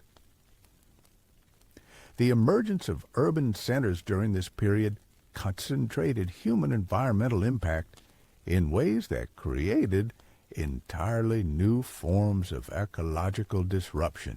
Archaeological evidence reveals settlements with populations numbering in the tens of thousands, concentrated in areas that would have supported only hundreds of people using hunter-gatherer technologies. These early cities required constant inputs of food, fuel, water, and raw materials that had to be obtained from territories hundreds of times larger than the urban areas themselves. The resource demands of urban populations drove the intensification of agriculture, the expansion of extraction industries, and the development of transportation networks that extended human influence across entire regions. The waste products generated by these concentrated populations created pollution problems that affected both human health and local ecosystems. Archaeological sites reveal evidence of water contamination, soil degradation, and air quality problems that force communities to develop increasingly sophisticated waste management systems and to expand their resource extraction territories to replace degraded local environments. The social organization necessary to support these early urban centers required administrative systems that could coordinate resource flows across vast territories and diverse economic activities. Archaeological evidence reveals standardized weights and measures, record-keeping systems, and regulatory frameworks that enabled the systematic exploitation of regional resources. But these administrative innovations also facilitated the coordination of environmental destruction on unprecedented scales. Central authorities could direct the clearing of forests, the draining of wetlands, and the modification of river systems according to economic and political priorities rather than ecological sustainability. The emergence of professional military classes during this period created new forms of resource demand and environmental impact. Archaeological sites reveal specialized weapons, fortification systems, and military infrastructure that required substantial investments of materials and labor. The support of standing armies consumed resources that might otherwise have been available for other economic activities. Military activities also had direct environmental consequences through the destruction of agricultural areas, the disruption of trade networks, and the abandonment of territories that became too dangerous for regular economic activity. Warfare over resource access often resulted in the overexploitation of contested areas as competing groups attempted to extract maximum value before losing control. The development of siege warfare during this period required technologies and tactics that had applications for large-scale environmental modification. The engineering techniques necessary for building siege equipment and fortifications could be applied to irrigation projects, mining operations, and other resource extraction activities. The evidence for long-distance trade during this period reveals economic relationships that extended human environmental impact across continental distances. Archaeological sites contain materials that had been transported thousands of miles, indicating trade networks that connected resource extraction sites with consumption centers across vast territories. These trade relationships created economic incentives for the systematic exploitation of regional resources and the development of transportation infrastructure that fragmented natural habitats. Trade routes required maintenance and protection, leading to the establishment of settlements and the clearing of corridors through previously undisturbed wilderness areas. The biological exchanges facilitated by these trade networks began processes of ecological homogenization that would accelerate throughout human history. Crop plants, domestic animals, and inadvertently, weeds and pests were being moved across biogeographic barriers that had separated regional ecosystems for millions of years. The introduction of exotic species into new environments often had catastrophic consequences for native ecosystems. Archaeological evidence reveals the spread of introduced plants and animals that displaced native species and disrupted established ecological relationships. These biological invasions represented a new form of human environmental impact that operated through indirect mechanisms rather than direct habitat destruction. The religious and ideological systems that emerged during this period increasingly emphasized human separation from and dominance over the natural world. Archaeological evidence reveals artistic traditions, ceremonial practices, and settlement patterns that indicate communities that no longer saw themselves as integral parts of natural ecosystems. This ideological shift had profound practical consequences for human environmental relationships. Communities that viewed themselves as fundamentally separate from nature were more likely to pursue resource extraction strategies that prioritized short-term human benefits over long-term ecological sustainability. The development of written record-keeping systems during this period enabled communities to accumulate technical knowledge and coordinate activities across time and space in ways that dramatically amplified human environmental impact. Written records allowed the planning of large-scale projects, the management of complex resource extraction operations, and the transmission of environmentally destructive technologies across generations. But writing also facilitated the development of legal and administrative systems that formalized human claims to territory and resources.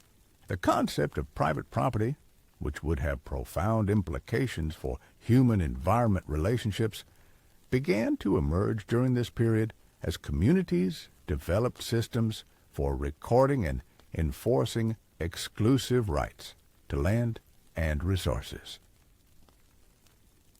The evidence for increasing social complexity during this period includes the emergence of specialized occupational groups that were entirely dependent on intensive resource extraction and environmental modification for their survival.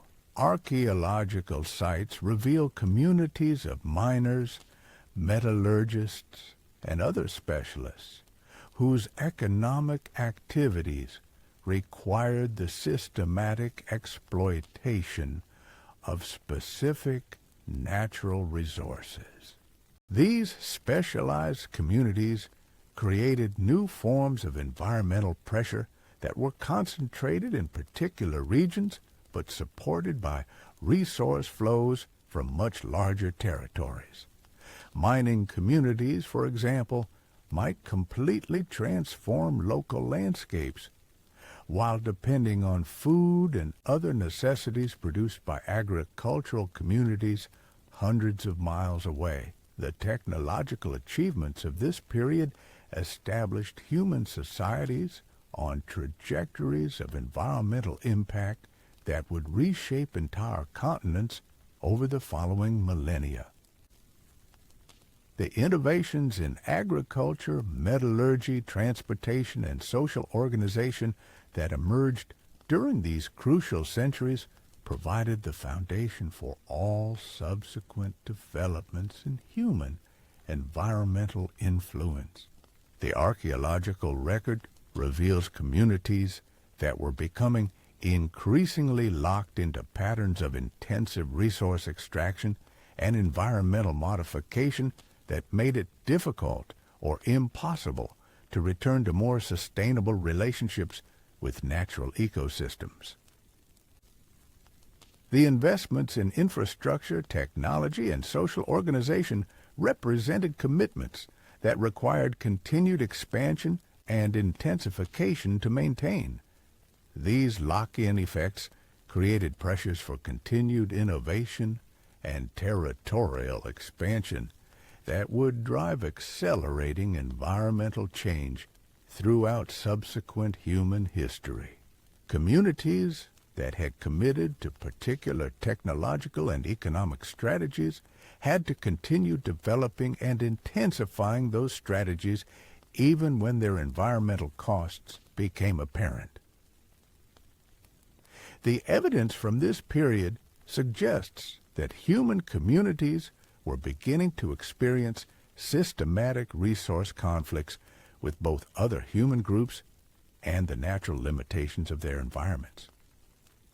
The competition for access to productive territories and valuable resources was becoming a regular feature of human social organization with direct consequences for natural ecosystems. The patterns of human environmental impact that emerged during this period established templates that would be repeated and amplified throughout subsequent history. The systematic conversion of natural habitats to human use, the long-distance transportation of resources and waste products, and the coordination of environmental modification across large territories all became standard features of human economic activity. But perhaps most significantly, this period established the precedent for treating environmental destruction as an acceptable cost of human economic and social development. The communities that achieved the greatest success during this period were those that most effectively mobilized natural resources for human purposes, regardless of the ecological consequences. The extinction patterns that accelerated during this period weren't just unfortunate side effects of human progress. They were integral components of the economic and social systems that enabled human communities to grow, expand, and increase their control over natural resources. Understanding this relationship is crucial for comprehending the ongoing extinction crisis that continues to reshape our planet's biological heritage. The seeds of civilization planted during this pivotal period would indeed grow into the complex global society we inhabit today, but they would also grow into the systematic destruction of natural ecosystems that now threatens the stability of Earth's entire biosphere. The choices made during these formative centuries established patterns of human-environment interaction that continue to drive ecological crisis on a global scale. As we'll explore in our next installment, these early patterns of agricultural expansion and urban development were about to accelerate into the systematic transformation of entire continents, setting the stage for the emergence of the first great civilizations and the mass extinctions that would accompany their rise to global dominance. The transformation we've been witnessing reaches its most critical phase as these regional networks begin to merge into something that would fundamentally alter the trajectory of life on Earth.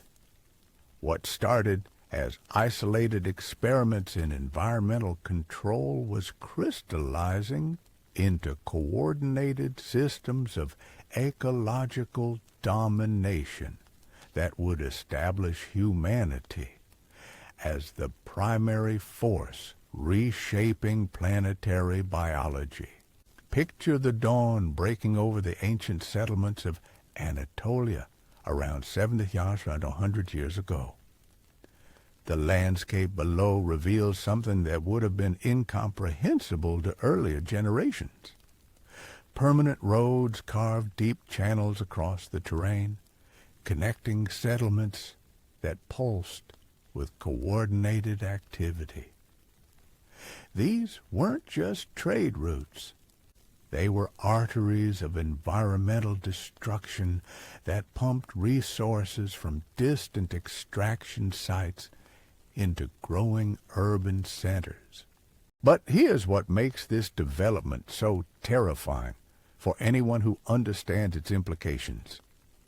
These transportation networks represented humanity's first systematic attempt to disconnect resource consumption from local environmental limits. Communities could now exhaust their immediate surroundings and simply extend their extraction tentacles deeper into previously untouched territories. The engineering sophistication required to maintain these road systems drove innovations that would accelerate habitat destruction for millennia. Communities developed techniques for bridge construction that allowed them to cross previously impassable rivers and gorges. They created way stations and supply depots that extended human influence into remote wilderness areas. Each mile of roadway represented a permanent scar across natural migration routes and wildlife corridors. Archaeological evidence reveals the staggering environmental cost of supporting these transportation networks. Forests were systematically harvested to provide timber for bridges and construction materials. Quarries were excavated to supply stone for road surfaces and retaining walls. Entire hillsides were reshaped to create manageable grades for wheeled vehicles. Consider the cascading effects on wildlife populations that had evolved their behavioral patterns around natural landscape features. Migration routes that had been established over millions of years were suddenly bisected by permanent human infrastructure.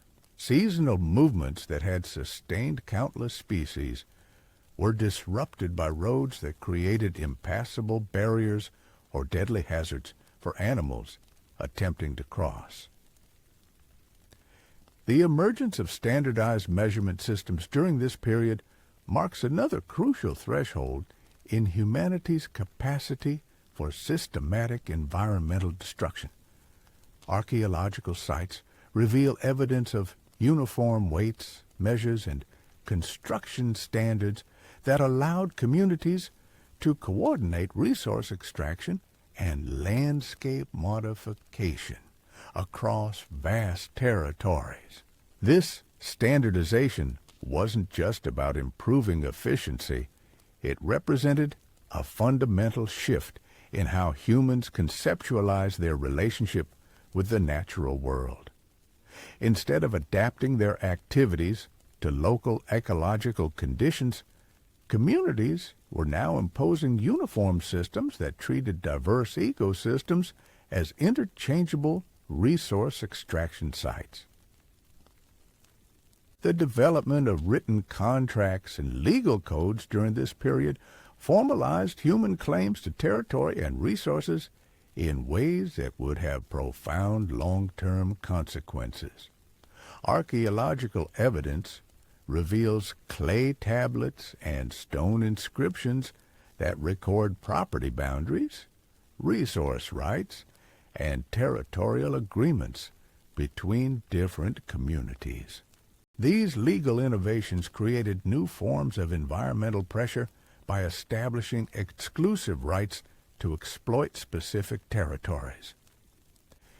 Communities that controlled valuable resources could now systematically extract them without regard for ecological sustainability, secure in their legal ownership of extraction rights. The evidence for increasing craft specialization during this period reveals communities that were developing industrial-scale production systems with devastating environmental consequences. Archaeological sites contain workshops devoted to pottery production, textile manufacturing, and metallurgy that consumed resources at rates that dwarfed earlier human activities. Pottery workshops required massive quantities of clay, forcing communities to excavate entire hillsides and riverbanks. The kilns necessary for firing ceramics consumed enormous amounts of fuel, driving deforestation across broad regions. The waste products from these operations contaminated local water sources and created permanent dumps of broken pottery that altered soil chemistry. Textile production created its own set of environmental pressures. The cultivation of flax and other fiber crops required the conversion of natural grasslands and forests to agricultural use. The processing of plant fibers involved techniques that polluted waterways with chemical residues. The dyeing of textiles required pigments obtained from increasingly rare plants and animals. But perhaps most significantly, the emergence of industrial-scale craft production created economic incentives for the systematic exploitation of specific resources. Communities that specialized in particular crafts needed steady supplies of raw materials, driving the development of dedicated extraction operations that treated natural ecosystems as resource mines. The metallurgical advances of this period established patterns of environmental destruction that would be repeated and amplified throughout human history.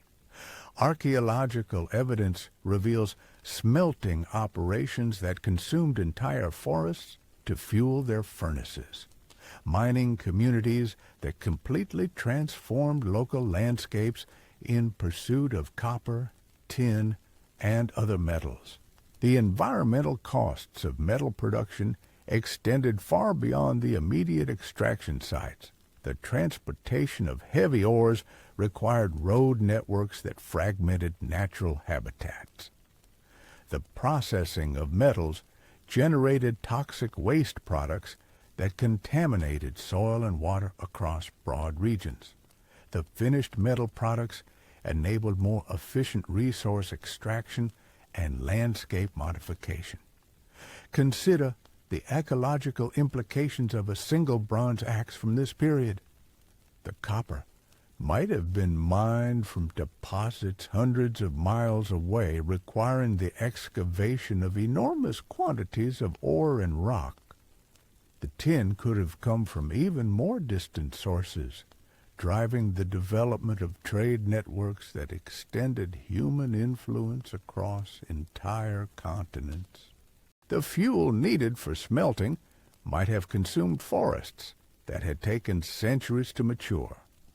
The emergence of professional military classes during this period created new forms of resource demand that had devastating consequences for natural ecosystems.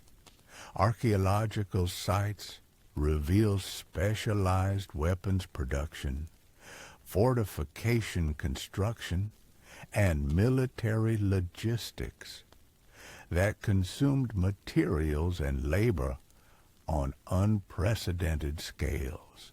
Military activities weren't just consuming resources directly, they were driving territorial expansion and resource competition that accelerated environmental destruction across vast regions.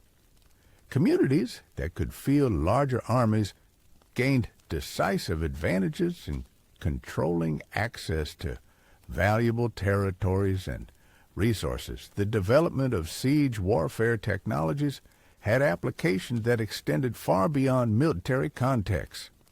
The engineering techniques necessary for breaching fortifications could be applied to large-scale earth-moving projects.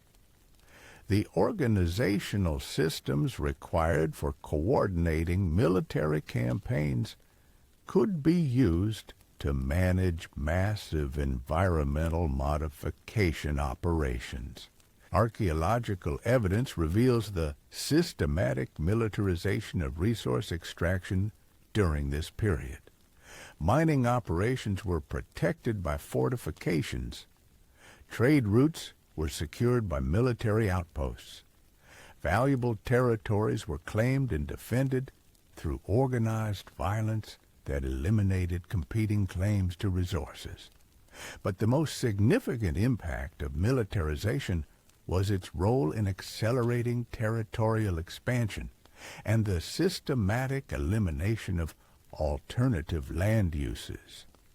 Communities that developed effective military technologies could expand their resource extraction territories by displacing or eliminating other human groups and their competing claims to natural resources.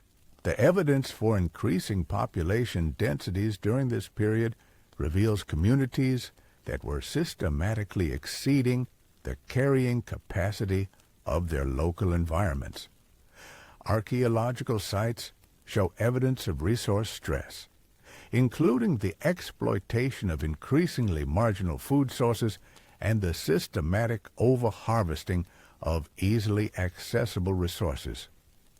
These population pressures drove technological innovations and territorial expansion that extended human environmental impact into previously undisturbed regions. Communities that had exhausted local resources had to develop more intensive extraction techniques or expand into new territories to maintain their growing populations. The social stratification that emerged during this period created consumption patterns that multiplied environmental pressures beyond what population numbers alone would suggest. Elite classes consumed resources at rates that far exceeded their numerical representation, driving demand for luxury goods that required intensive and often destructive production processes. Archaeological evidence from elite residential areas reveals consumption patterns that would have been impossible for earlier human societies. Exotic materials transported from thousands of miles away. Elaborate manufactured goods that required specialized production techniques. Architectural features that consumed enormous quantities of stone, timber, and other construction materials. The religious and ceremonial complexes that emerged during this period required resource investments that represented some of the largest environmental modification projects undertaken in human history. Archaeological sites reveal temple complexes, ceremonial centers, and monumental architecture that consumed millions of person-hours of labor and required materials from across vast territories. These monuments weren't just impressive construction projects. They represented communities' growing confidence in their ability to reshape the natural world according to human design. The symbolic significance of these complexes emphasized human transcendence of natural limitations and the subordination of natural processes to human purposes. The construction techniques developed for these monumental projects had applications that extended far beyond ceremonial architecture. The organizational systems necessary for coordinating massive construction projects could be applied to large-scale resource extraction operations. The engineering innovations required for moving heavy stones and constructing elaborate buildings could be used for landscape modification and infrastructure development. But perhaps most significantly, these ceremonial complexes often incorporated design elements that explicitly celebrated human dominance over natural forces. Unlike earlier human settlements that were designed to integrate with local ecosystems, these monuments were intentionally designed to demonstrate human power over nature. The agricultural intensification occurring during this period drove innovations that facilitated the permanent conversion of natural habitats to human use on continental scales. Communities developed techniques for maintaining soil fertility, managing water resources, and controlling pest populations that allowed continuous cultivation of the same areas for generations. Archaeological evidence reveals the systematic expansion of agriculture into increasingly challenging environments during this period. Steep hillsides were terraced for cultivation, requiring massive earth-moving projects that completely transformed local topography.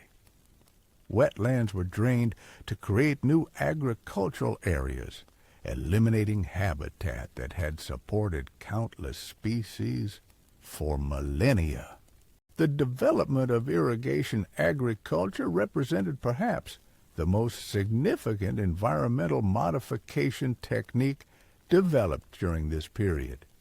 Archaeological sites reveal canal systems, reservoirs, and water management infrastructure that redirected entire river systems according to human agricultural needs. These irrigation systems had ecological consequences that extended far beyond their immediate agricultural applications. The diversion of water from natural channels eliminated seasonal flooding that had sustained riparian forests and wetland ecosystems. The concentration of agricultural activities in irrigated areas created zones of intensive environmental modification surrounded by increasingly degraded natural habitats. The evidence for deforestation during this period reveals habitat destruction occurring at rates and scales that were unprecedented in Earth's history. Pollen records show dramatic declines in forest cover across multiple continents simultaneously. Archaeological sites contain evidence of timber consumption that far exceeded local forest regeneration capacity. This widespread deforestation wasn't just eliminating forest habitat. It was fundamentally altering regional climate patterns and ecological processes. The removal of forest cover increased temperature extremes, reduced precipitation, and eliminated the complex web of relationships that had connected forest ecosystems with surrounding landscapes. The fragmentation of remaining forest areas into isolated patches created additional pressures on forest-dependent species. Archaeological evidence reveals settlement patterns that systematically divided continuous forest areas into fragments too small to support viable populations of many forest species. The emergence of pastoral nomadism as a specialized economic strategy during this period created new forms of environmental pressure that affected enormous territories. Archaeological evidence reveals communities that managed herds numbering in the thousands across seasonal migration routes that could span hundreds of miles. While pastoral systems might appear more environmentally sustainable than settled agriculture, the archaeological record reveals significant ecological impacts.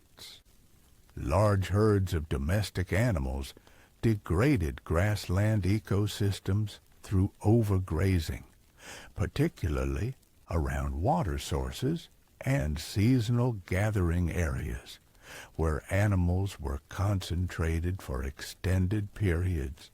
The systematic elimination of large predators from pastoral territories had cascading effects on natural ecological balances across vast areas. Archaeological sites reveal evidence of coordinated predator control campaigns that eliminated wolves, lions, and other carnivores from territories used for livestock grazing. The competitive relationships between pastoral and agricultural communities drove territorial conflicts that had their own environmental consequences. Archaeological evidence reveals fortified settlements, livestock raiding, and the systematic exclusion of competing land uses from valuable territories. These conflicts often resulted in the creation of contested borderlands that were subject to irregular but intensive exploitation. Areas that were too dangerous for permanent settlement might be stripped of valuable resources during brief military campaigns, leaving behind degraded landscapes that were unable to support either human communities or natural ecosystems. The technological innovations emerging from these competitive relationships accelerated human environmental impact through multiple pathways. Improved transportation systems made it easier to move resources across long distances. Better weapons made hunting more efficient and territorial control more effective.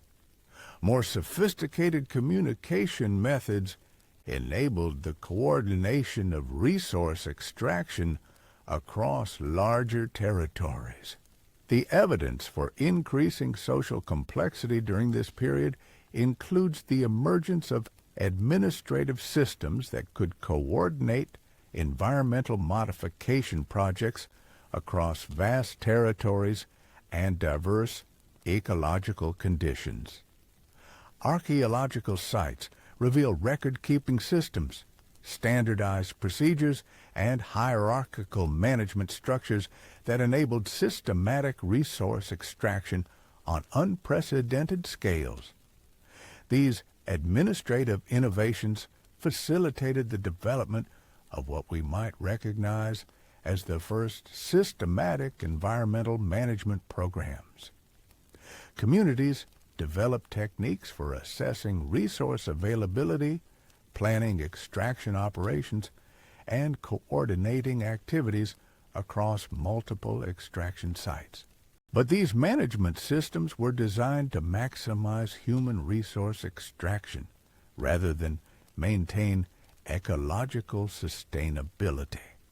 The administrative records from this period reveal communities that tracked resource flows, monitored extraction rates, and planned expansion operations with remarkable sophistication, but with little apparent concern for the ecological consequences of their activities. The emergence of urban centers during this period concentrated human environmental impact in ways that created entirely new forms of ecological disruption. Archaeological evidence reveals cities with populations that would have required resource inputs from territories hundreds of times larger than the urban areas themselves. These early cities weren't just larger versions of earlier settlements. They represented a fundamental reorganization of human environmental relationships. Urban populations were completely dependent on resource flows from distant territories, creating economic systems that disconnected consumption from local environmental consequences. The waste products generated by concentrated urban populations created pollution problems that affected both local ecosystems and distant areas from which resources were obtained. Archaeological sites reveal evidence of water contamination, soil degradation, and air quality problems that forced urban communities to expand their resource extraction territories. As local environments became increasingly degraded, the infrastructure necessary to support urban populations required massive investments in transportation, storage, and processing facilities that had their own environmental impacts. Archaeological evidence reveals warehouse complexes, port facilities, and manufacturing districts that transformed entire river valleys and coastal areas. But perhaps most significantly, urban centers became focal points for technological innovation and economic organization that amplified human environmental impact across vast territories. The concentration of specialists, administrators, and resources in urban areas enabled the development of more sophisticated and destructive resource extraction techniques. The long-distance trade networks that emerged during this period created economic relationships that extended human environmental impact across continental distances. Archaeological sites contain materials that had been transported thousands of miles, indicating trade systems that connected resource extraction sites with consumption centers across entire continents. These trade relationships weren't just moving finished goods. They were creating economic incentives for the systematic exploitation of regional resources and the development of specialized extraction operations. Communities that controlled access to valuable resources could trade them for goods produced in distant areas, creating dependencies that drove continued resource extraction. The transportation infrastructure necessary to support long-distance trade had its own environmental consequences.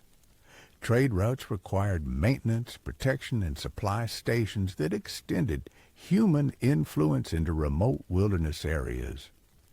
The movement of goods also facilitated the spread of invasive species, diseases, and environmentally destructive technologies. Archaeological evidence reveals the emergence of specialized trading communities during this period, settlements that were devoted entirely to facilitating long-distance commerce. These communities created new forms of environmental pressure through their resource demands and their role in coordinating extraction activities across vast territories. The biological exchanges facilitated by these trade networks began processes of ecological homogenization that would reshape entire continents. Crop plants, domestic animals, and inadvertently weeds and pests were being moved across biogeographic barriers that had separated regional ecosystems for millions of years. The introduction of exotic species into new environments often had catastrophic consequences for native ecosystems that had evolved without exposure to these new competitors, predators, or diseases. Archaeological evidence reveals the rapid spread of introduced organisms that displaced native species and disrupted established ecological relationships. These biological invasions represented a new form of human environmental impact that operated through indirect mechanisms and could have effects that persisted for millennia. Unlike direct habitat destruction, which was localized and immediate, biological invasions could spread far beyond human settlement areas and continue causing ecological disruption long after their initial introduction. The religious and ideological systems that emerged during this period increasingly emphasized human separation from and dominance over the natural world. Archaeological evidence reveals artistic traditions, ceremonial practices, and architectural styles that indicate communities that no longer saw themselves as integral parts of natural ecosystems. This ideological shift had profound practical consequences for human environmental relationships. Communities that viewed the natural world as a collection of resources to be exploited rather than a complex system of which they were part were more likely to pursue extraction strategies that prioritized immediate human benefits over long-term ecological sustainability. The development of creation myths and religious traditions that placed humans in positions of dominance over other species provided ideological justification for environmental destruction on unprecedented scales. Archaeological evidence reveals artistic depictions and ceremonial practices that celebrated human control over natural forces and the subordination of other species to human purposes. The evidence for increasing technological sophistication during this period includes innovations that dramatically amplified human capacity for environmental modification. Archaeological sites reveal tools, weapons, and construction techniques that enabled communities to reshape landscapes, redirect water flows, and extract resources with unprecedented efficiency. But technological advancement also created new forms of environmental vulnerability and dependence. Communities that adopted sophisticated technologies often became locked into patterns of resource extraction and environmental modification that were difficult or impossible to abandon, even when their ecological costs became apparent. The social institutions necessary to support complex technologies required administrative systems, specialized knowledge, and resource flows that made communities increasingly dependent on continued environmental exploitation. The investments in infrastructure, training, and social organization represented commitments that required ongoing resource extraction to maintain. These technological lock-in effects created pressures for continued innovation and territorial expansion that drove accelerating environmental change throughout subsequent human history. Communities that had committed to particular technological strategies had to continue developing and intensifying those strategies to maintain their competitive advantages and social systems. The archaeological record reveals communities that were becoming increasingly separated from direct experience of natural ecological processes. Urban populations, craft specialists, and administrative classes might have little personal knowledge of the environmental consequences of their economic activities. This separation between human communities and natural ecosystems facilitated the development of economic and social systems that treated environmental destruction as an externalized cost rather than a direct threat to human welfare. Communities could pursue resource extraction strategies that degraded distant environments without experiencing immediate consequences for their own survival. The evidence from this period suggests that human communities were beginning to experience the first systematic conflicts between short-term economic benefits and long-term environmental sustainability. Archaeological sites reveal evidence of resource depletion, environmental degradation, and the need to expand extraction activities into increasingly distant territories. But rather than responding to these environmental challenges by developing more sustainable practices, communities typically responded by intensifying their resource extraction efforts and expanding their territorial control. The social and economic systems that had enabled rapid population growth and technological development created pressures for continued expansion even when local environmental limits became apparent. The patterns of human environmental impact that crystallized during this period established templates that would be repeated and amplified throughout subsequent history. The systematic conversion of natural habitats to human use, the long-distance transportation of resources, and the coordination of environmental modification across large territories became standard features of human economic organization. But perhaps most significantly, this period established the precedent for treating environmental destruction as an acceptable and even necessary cost of human social and economic development. The communities that achieved the greatest success during this period were those that most effectively mobilized natural resources for human purposes, regardless of the ecological consequences.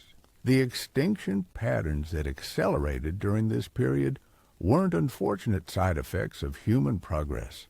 They were integral components of the economic and social systems that enabled human communities to grow, expand, and increase their control over natural resources. The same innovations that supported larger human populations and more complex societies also drove the systematic elimination of countless other species. Understanding this relationship is crucial for comprehending the ongoing extinction crisis that continues to reshape our planet's biological heritage. The seeds of both human civilization and ecological destruction were planted during this pivotal period, and their growth has been intertwined throughout subsequent history.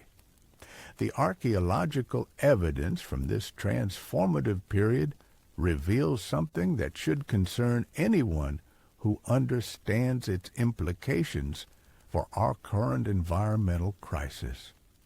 The patterns of resource extraction, habitat conversion, and species elimination that emerged during these crucial centuries established trajectories of environmental change that continue to operate on a global scale today.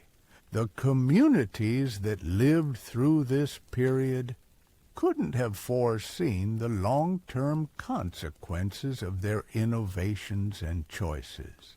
But their decisions to prioritize immediate human benefits over ecological sustainability set in motion processes of environmental change that would reshape entire continents and drive waves of extinction that continue to this day.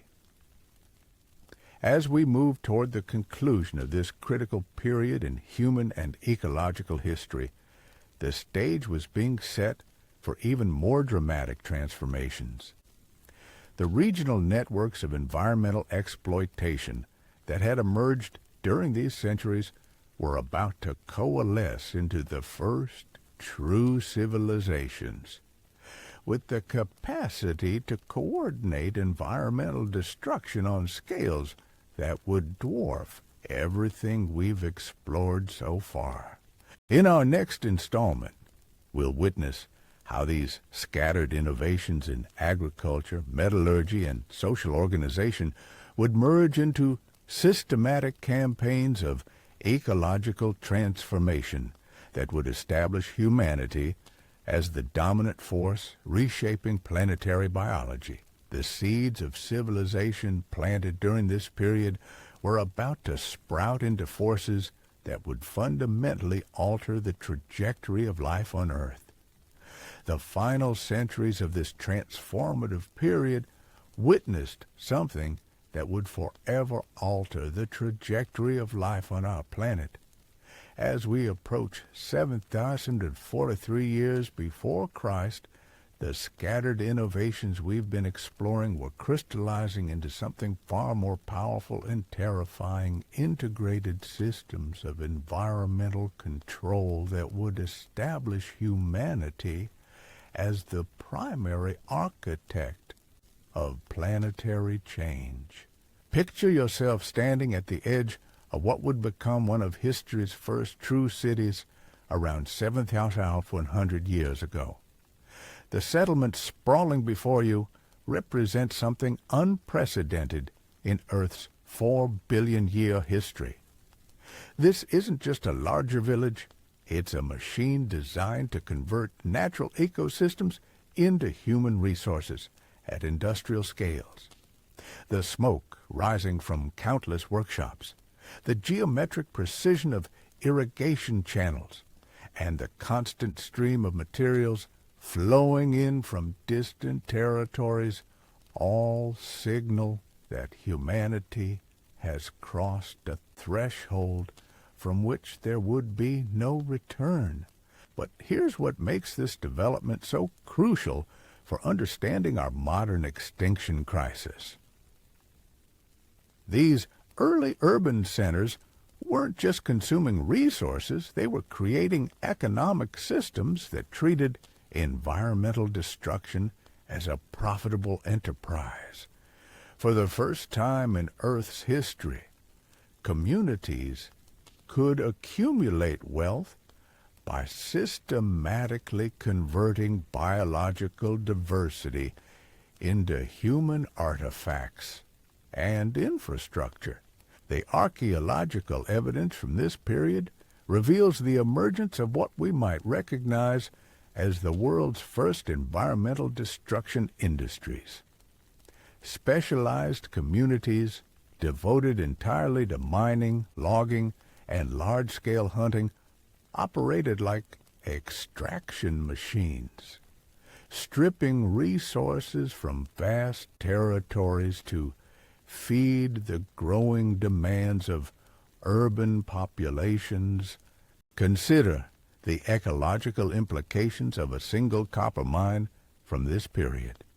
Archaeological sites reveal excavations that consumed entire hillsides, with waste rock scattered across valleys that had taken millions of years to form.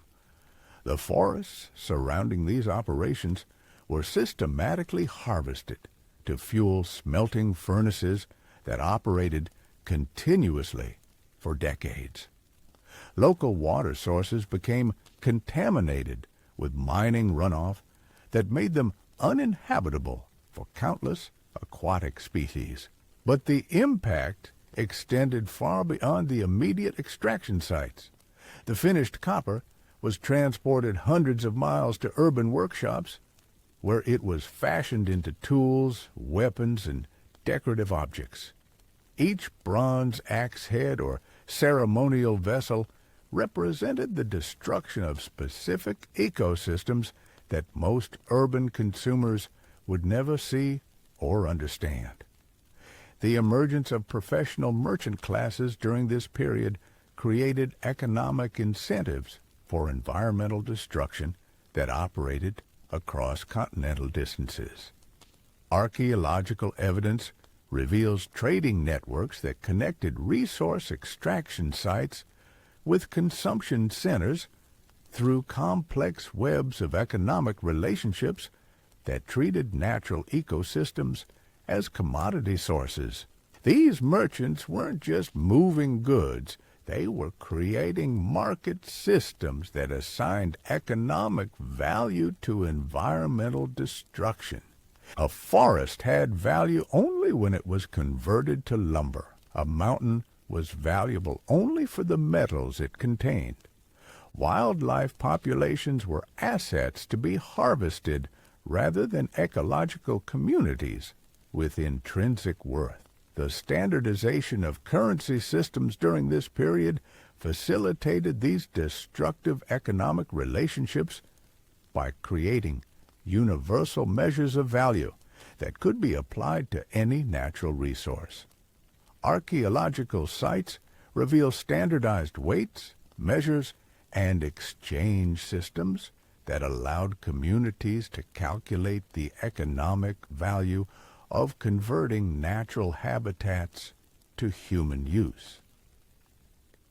But currency systems also created new forms of economic pressure for environmental destruction. Communities that accumulated wealth through resource extraction could use that wealth to purchase additional extraction rights, create larger extraction operations, and eliminate competing claims to valuable territories. Economic success became directly tied to the capacity for systematic environmental destruction. The technological innovations emerging during this period provided the tools necessary for environmental modification on scales that would have been impossible for earlier human societies. Archaeological evidence reveals advanced metallurgy, sophisticated engineering techniques, and organizational systems that enabled communities to coordinate massive environmental modification projects. The development of ironworking during the final centuries of this period represents perhaps the most significant technological threshold crossed during our entire exploration. Iron tools were not only more durable and efficient than their bronze predecessors, they were also much cheaper to produce, making large-scale environmental modification accessible to communities that had previously lacked the resources for major landscape alteration projects. Archaeological sites reveal iron axes that could clear forests with unprecedented efficiency, iron plows that could break previously uncultivatable soils, iron weapons that made territorial conquest and resource control more effective than ever before. Each innovation multiplied human capacity for environmental destruction while reducing the economic costs of that destruction. But perhaps most significantly, ironworking required techniques and infrastructure that could be applied to other forms of environmental modification. The furnaces necessary for iron smelting could be used for other industrial processes. The organizational systems required for coordinating iron production could be applied to large-scale construction projects and resource extraction operations. The evidence for increasing social stratification during this period reveals consumption patterns that created unprecedented demand for luxury goods requiring intensive environmental exploitation. Elite classes that emerged in these complex societies consumed resources at rates that would have been impossible in earlier human communities, driving innovations in resource extraction and environmental modification. Archaeological evidence from elite residential areas reveals consumption patterns that required the systematic exploitation of ecosystems across vast territories. Exotic materials transported from thousands of miles away. Elaborate manufactured goods that required specialized production techniques, consuming enormous quantities of raw materials. Architectural features that represented the conversion of entire forests and quarries into human artifacts. The demand for luxury goods created new categories of environmental destruction that operated primarily to satisfy social status rather than survival needs. Precious metals were extracted from remote mining operations that completely transformed local landscapes. Exotic woods were harvested from distant forests, often driving local species extinctions. Rare animals were hunted to provide materials for decorative objects and ceremonial regalia. Consider the ecological implications of a single piece of elite jewelry from this period. The gold might have been extracted from a place of deposits that required the diversion of entire rivers and the destruction of riparian ecosystems. The precious stones could have been mined from operations that consumed mountainsides and generated toxic waste streams. The craftsmanship required might have supported specialist communities whose resource demands extended across multiple ecosystems. The religious and ceremonial complexes that reached their peak during this period required resource investments that represented some of the largest environmental modification projects undertaken in human history. Archaeological sites reveal temple complexes, ceremonial centers, and monumental architecture that consumed resources equivalent to the total annual production of entire regions. These monuments weren't just impressive construction projects, they represented the systematic conversion of natural ecosystems into expressions of human power and religious devotion. The quarrying operations necessary to provide stone for these projects eliminated entire hills and transformed local topography. The transportation of massive building blocks required infrastructure development that fragmented natural habitats across hundreds of miles. But the symbolic significance of these ceremonial complexes extended far beyond their immediate construction impacts. They represented communities' complete confidence in their ability to reshape the natural world according to human design, and demonstrated the organizational capacity necessary to coordinate environmental destruction on unprecedented scales. The architectural innovations developed for these monumental projects had applications that revolutionized human capacity for landscape modification. Engineering techniques for moving massive stones could be applied to dam construction and river diversion projects.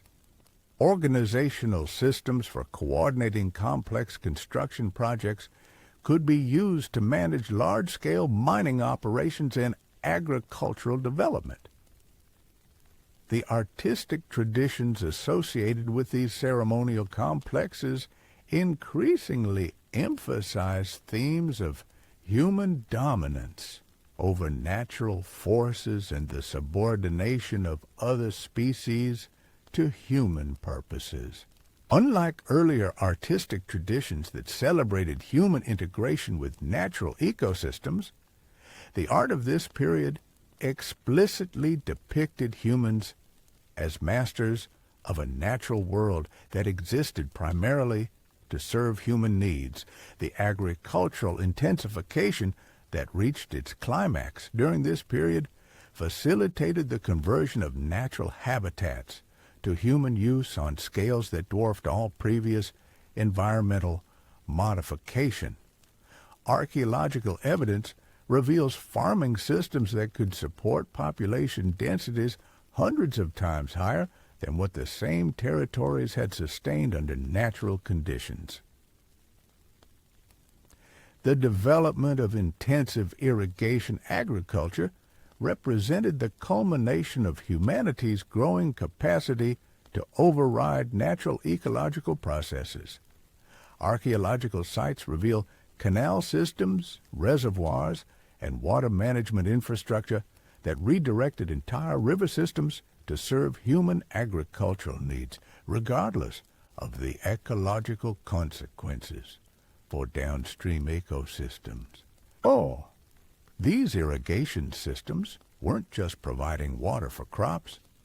They were fundamentally restructuring regional hydrology in ways that eliminated entire categories of aquatic and wetland ecosystems.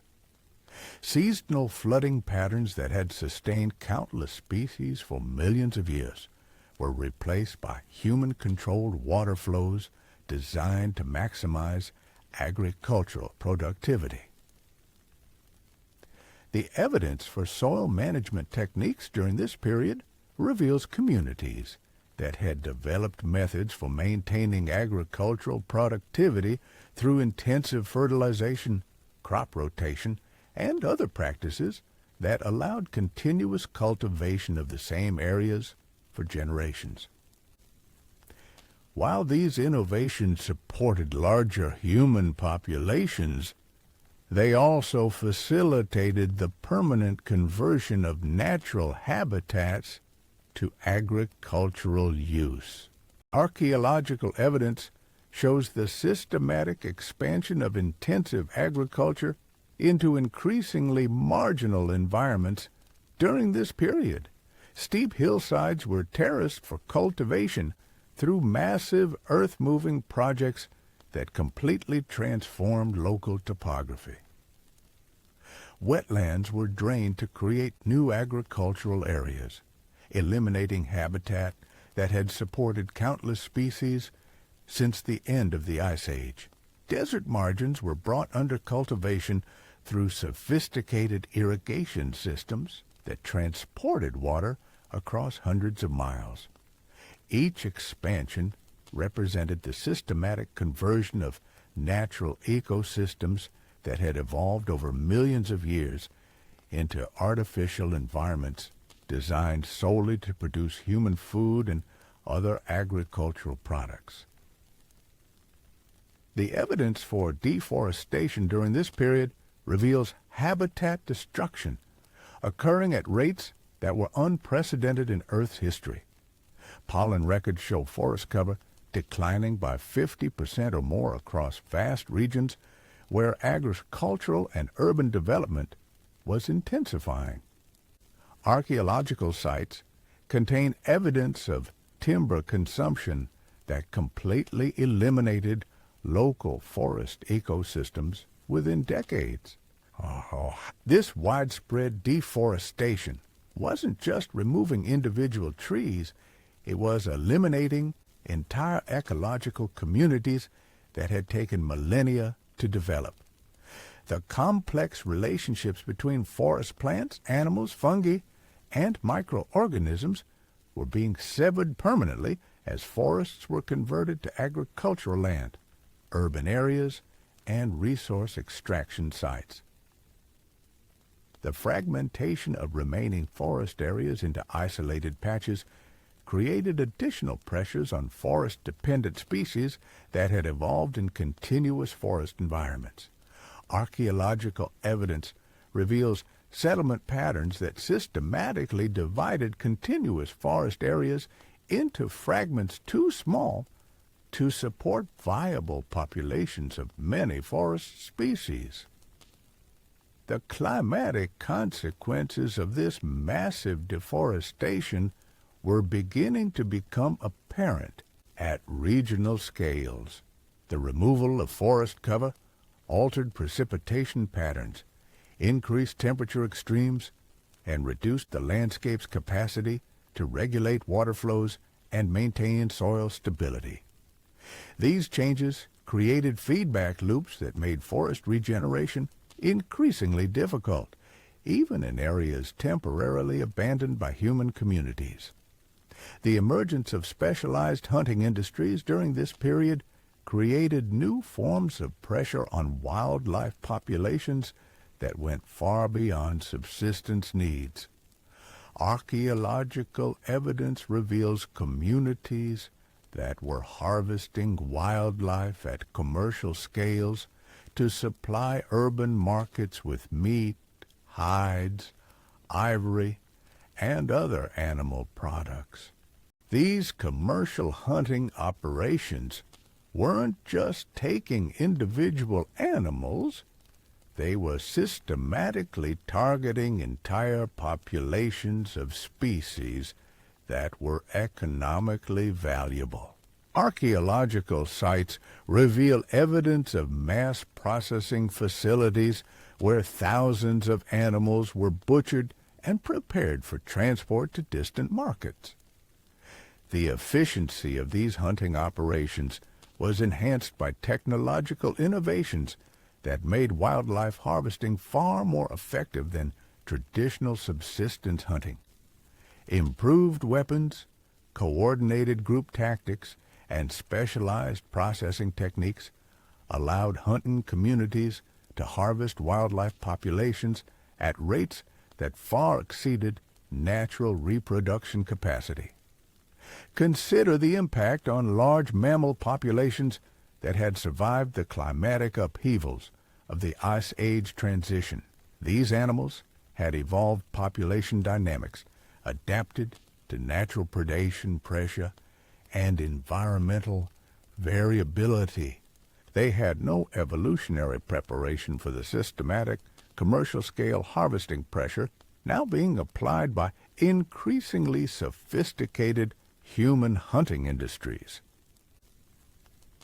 The evidence for increasing population densities during this period reveals human communities that were systematically exceeding the carrying capacity of their local environments using existing technologies.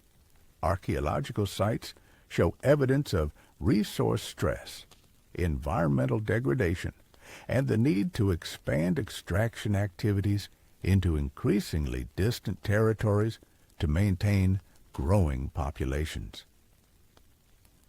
These population pressures drove technological innovations and territorial expansion that extended human environmental impact into previously undisturbed regions across entire continents. Communities that had exhausted local resources developed more intensive extraction techniques, expanded into new territories, or established trade relationships with distant communities that controlled needed resources. The social organization necessary to support these large populations required administrative systems that could coordinate resource flows across vast territories and diverse economic activities. Archaeological evidence reveals bureaucratic systems, record-keeping techniques, and management hierarchies that enabled the systematic exploitation of regional resources on unprecedented scales. But these administrative innovations also facilitated the coordination of environmental destruction across multiple ecosystems and resource extraction sites. Central authorities could direct the clearing of forests, the draining of wetlands, the diversion of rivers, and the mining of mineral deposits according to economic priorities rather than ecological sustainability. The emergence of professional military organizations during this period created new forms of resource demand and environmental pressure that had consequences extending far beyond immediate military activities. Archaeological sites reveal weapons production, fortification construction, and military logistics operations that consumed materials and labor on scales that rivaled major construction projects. Military expansion and territorial conquest became systematic methods for gaining access to new resource extraction territories and eliminating competing claims to valuable resources. Archaeological evidence reveals coordinated military campaigns designed specifically to secure control over mining areas, agricultural territories, and other economically valuable regions. The development of siege warfare technologies and tactics had applications that extended far beyond military contexts. Engineering techniques for breaching fortifications could be applied to mining operations and large-scale construction projects. Organizational systems for coordinating military campaigns could be used to manage complex resource extraction operations. But perhaps most significantly, military activities created economic incentives for territorial expansion and resource control that drove systematic campaigns of environmental destruction across vast regions. Communities that could field effective military forces gained decisive advantages in controlling access to valuable territories and eliminating competing land uses. The evidence for long-distance trade during this period reveals economic relationships that extended human environmental impact across entire continents. Archaeological sites contain materials that had been transported thousands of miles through trade networks that connected resource extraction sites with consumption centers across vast territories. These trade relationships weren't just moving finished goods, they were creating global economic systems that treated distant ecosystems as resource extraction sites for urban consumption centers. Communities that controlled valuable resources could trade them for goods produced in distant areas, creating economic dependencies that drove continued environmental destruction across multiple regions. The transportation infrastructure necessary to support these trade networks had its own massive environmental consequences. Trade routes required road construction, bridge building, and the establishment of supply stations that extended human influence into remote wilderness areas. The movement of goods also facilitated the spread of invasive species, diseases, and environmentally destructive technologies. Archaeological evidence reveals the emergence of specialized trading centers during this period, urban settlements devoted entirely to facilitating long-distance commerce. These commercial centers created new forms of environmental pressure through their resource demands and their role in coordinating extraction activities across continental distances. The standardization of weights, measures, and currency systems facilitated these long-distance trade relationships by creating universal standards that could be applied to any natural resource.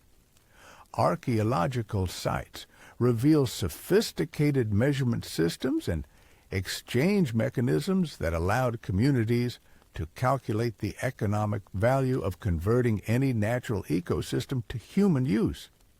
But standardization also created new forms of economic pressure for environmental destruction.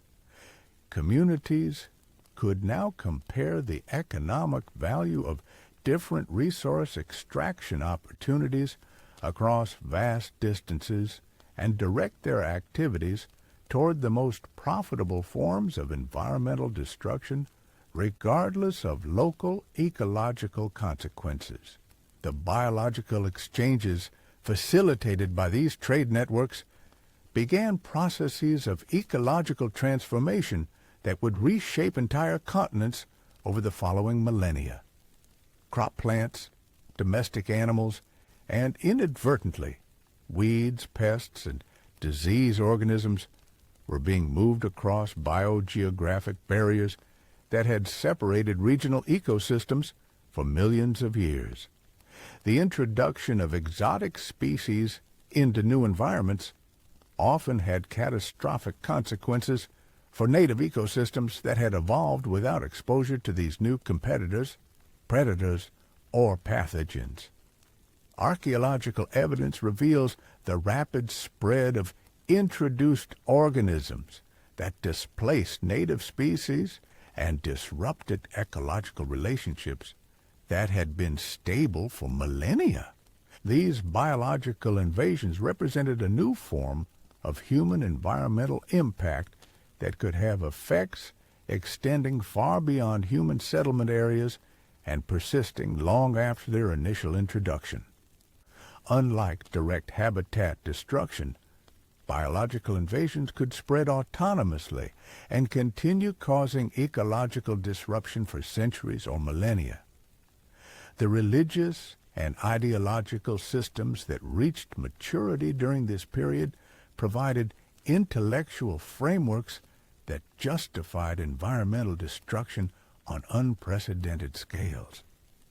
Archaeological evidence reveals belief systems, artistic traditions, and social practices that explicitly positioned humans as masters of a natural world that existed primarily to serve human purposes.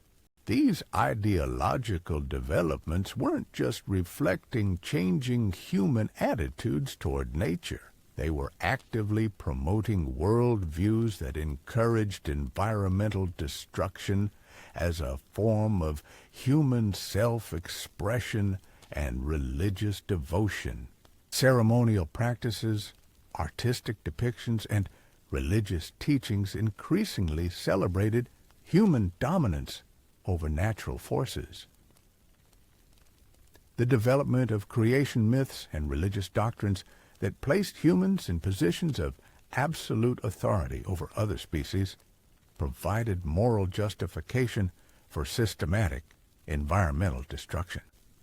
Archaeological evidence reveals artistic depictions and ceremonial practices that celebrated human control over natural forces and the subordination of all other life forms to human will. But perhaps most significantly, these religious systems often portrayed environmental destruction as a sacred duty rather than a necessary evil. The conversion of natural ecosystems to human use was presented as a form of worship, a way of demonstrating human devotion to divine purposes that required the systematic transformation of the natural world. The technological achievements that culminated during this period established human societies on trajectories of environmental impact that would reshape entire continents over the following millennia. The innovations in metallurgy, agriculture, transportation, construction, and social organization that reached maturity during these final centuries provided the foundation for all subsequent developments in human environmental influence. Archaeological evidence reveals communities that had developed technological capabilities that were essentially equivalent to those of much later historical civilizations. Advanced metallurgy, sophisticated engineering, complex agricultural systems, and elaborate social organizations enabled these communities to modify environments on scales that would not be exceeded until the Industrial Revolution. But these technological achievements also created lock-in effects that made it increasingly difficult for human communities to develop more sustainable relationships with natural ecosystems. The investments in infrastructure, knowledge systems, and social organization represented commitments that required continued environmental exploitation to maintain. The evidence from this period suggests that human communities were experiencing systematic conflicts between short-term economic benefits and long-term environmental sustainability, but were consistently resolving these conflicts in favor of continued environmental exploitation. Archaeological sites reveal evidence of resource depletion and environmental degradation, but also evidence of technological and territorial responses that intensified rather than reduced environmental pressure. The social institutions that emerged during this period created new forms of separation between decision makers and the environmental consequences of their decisions. Elite classes, administrative bureaucracies, and urban populations might have little direct experience of the ecological destruction that supported their lifestyles and economic activities. This separation facilitated the development of economic and social systems that treated environmental destruction as an externalized cost rather than a direct threat to human welfare. Communities could pursue resource extraction strategies that devastated distant environments without experiencing immediate consequences for their own survival and prosperity.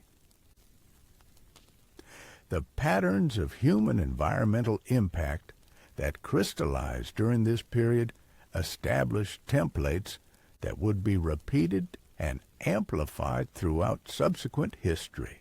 The systematic conversion of natural habitats to human use, the long-distance transportation of resources and waste products, the coordination of environmental modification across multiple ecosystems, and the treatment of other species as economic commodities all became standard features of human civilization. But perhaps most significantly, this period established the fundamental precedent for treating environmental destruction as not just acceptable, but necessary for human progress and development. The communities that achieved the greatest success during this period were those that most effectively mobilized natural resources for human purposes, regardless of the ecological consequences. The extinction patterns that reached their climax during this period weren't unfortunate side effects of human progress. They were integral components of the economic, social, and technological systems that enabled human communities to grow, expand, and increase their control over natural resources. the same innovations that supported larger human populations and more complex societies also drove the systematic elimination of countless other species. Understanding this relationship is essential for comprehending the ongoing extinction crisis that continues to reshape our planet's biological heritage.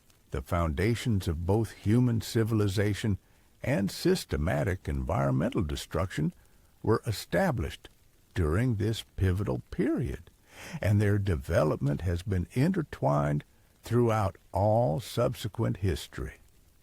The archaeological evidence from these final centuries reveals something that should profoundly concern anyone who understands its implications for our current environmental situation.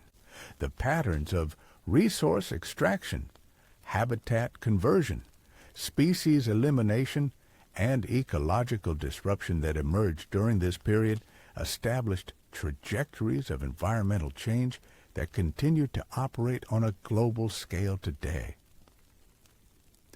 The communities that lived through this transformation couldn't have anticipated the long-term consequences of their innovations and choices, but their decisions to prioritize immediate human benefits over ecological sustainability set in motion processes of environmental change that would ultimately threaten the stability of Earth's entire biosphere.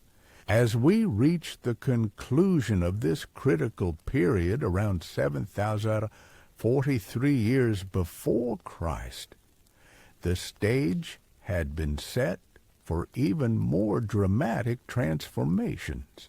The regional networks of environmental exploitation that had emerged during these centuries were about to evolve into the first great civilizations, with the organizational capacity and technological capability to coordinate environmental destruction on scales that would dwarf everything we've explored. The seeds of civilization planted during this pivotal millennium had indeed sprouted into forces capable of reshaping entire continents. But they had also grown into systematic engines of ecological destruction that would drive waves of extinction continuing to the present day. The transformation of humanity from a local ecological participant to a global environmental force was complete. The extinction patterns we've witnessed throughout this series weren't random natural disasters or inevitable consequences of environmental change. They were the direct results of specific human choices about how to organize society, how to develop and apply technology, and how to relate to the natural world that had sustained all life for billions of years. The innovations that enabled human communities to grow, prosper, and spread across the globe also established them as the primary drivers of biological change on Earth. The same organizational capabilities, technological achievements, and economic systems that we celebrate as the foundations of human civilization also created the systematic destruction of natural ecosystems that threatens planetary ecological stability. This understanding doesn't diminish the remarkable achievements of our ancestors or the impressive scope of human creativity and ingenuity, but it does reveal the profound responsibility that comes with the power to reshape entire planets. The choices made during these formative centuries established patterns that continue to influence our world today, and recognizing those patterns is essential for making different choices about our future. The story of these crucial 9 centuries demonstrates that the relationship between human progress and environmental destruction isn't inevitable or natural. It resulted from specific decisions about values, priorities, and methods that could have been made differently. Understanding this gives us hope that different choices might still be possible, even as we confront the consequences of decisions made nearly 10,000 years ago. The seeds of civilization planted between 7,150 and 7,043 years before Christ grew into the complex global society we inhabit today. But they also grew into the ongoing extinction crisis that now threatens the biological foundation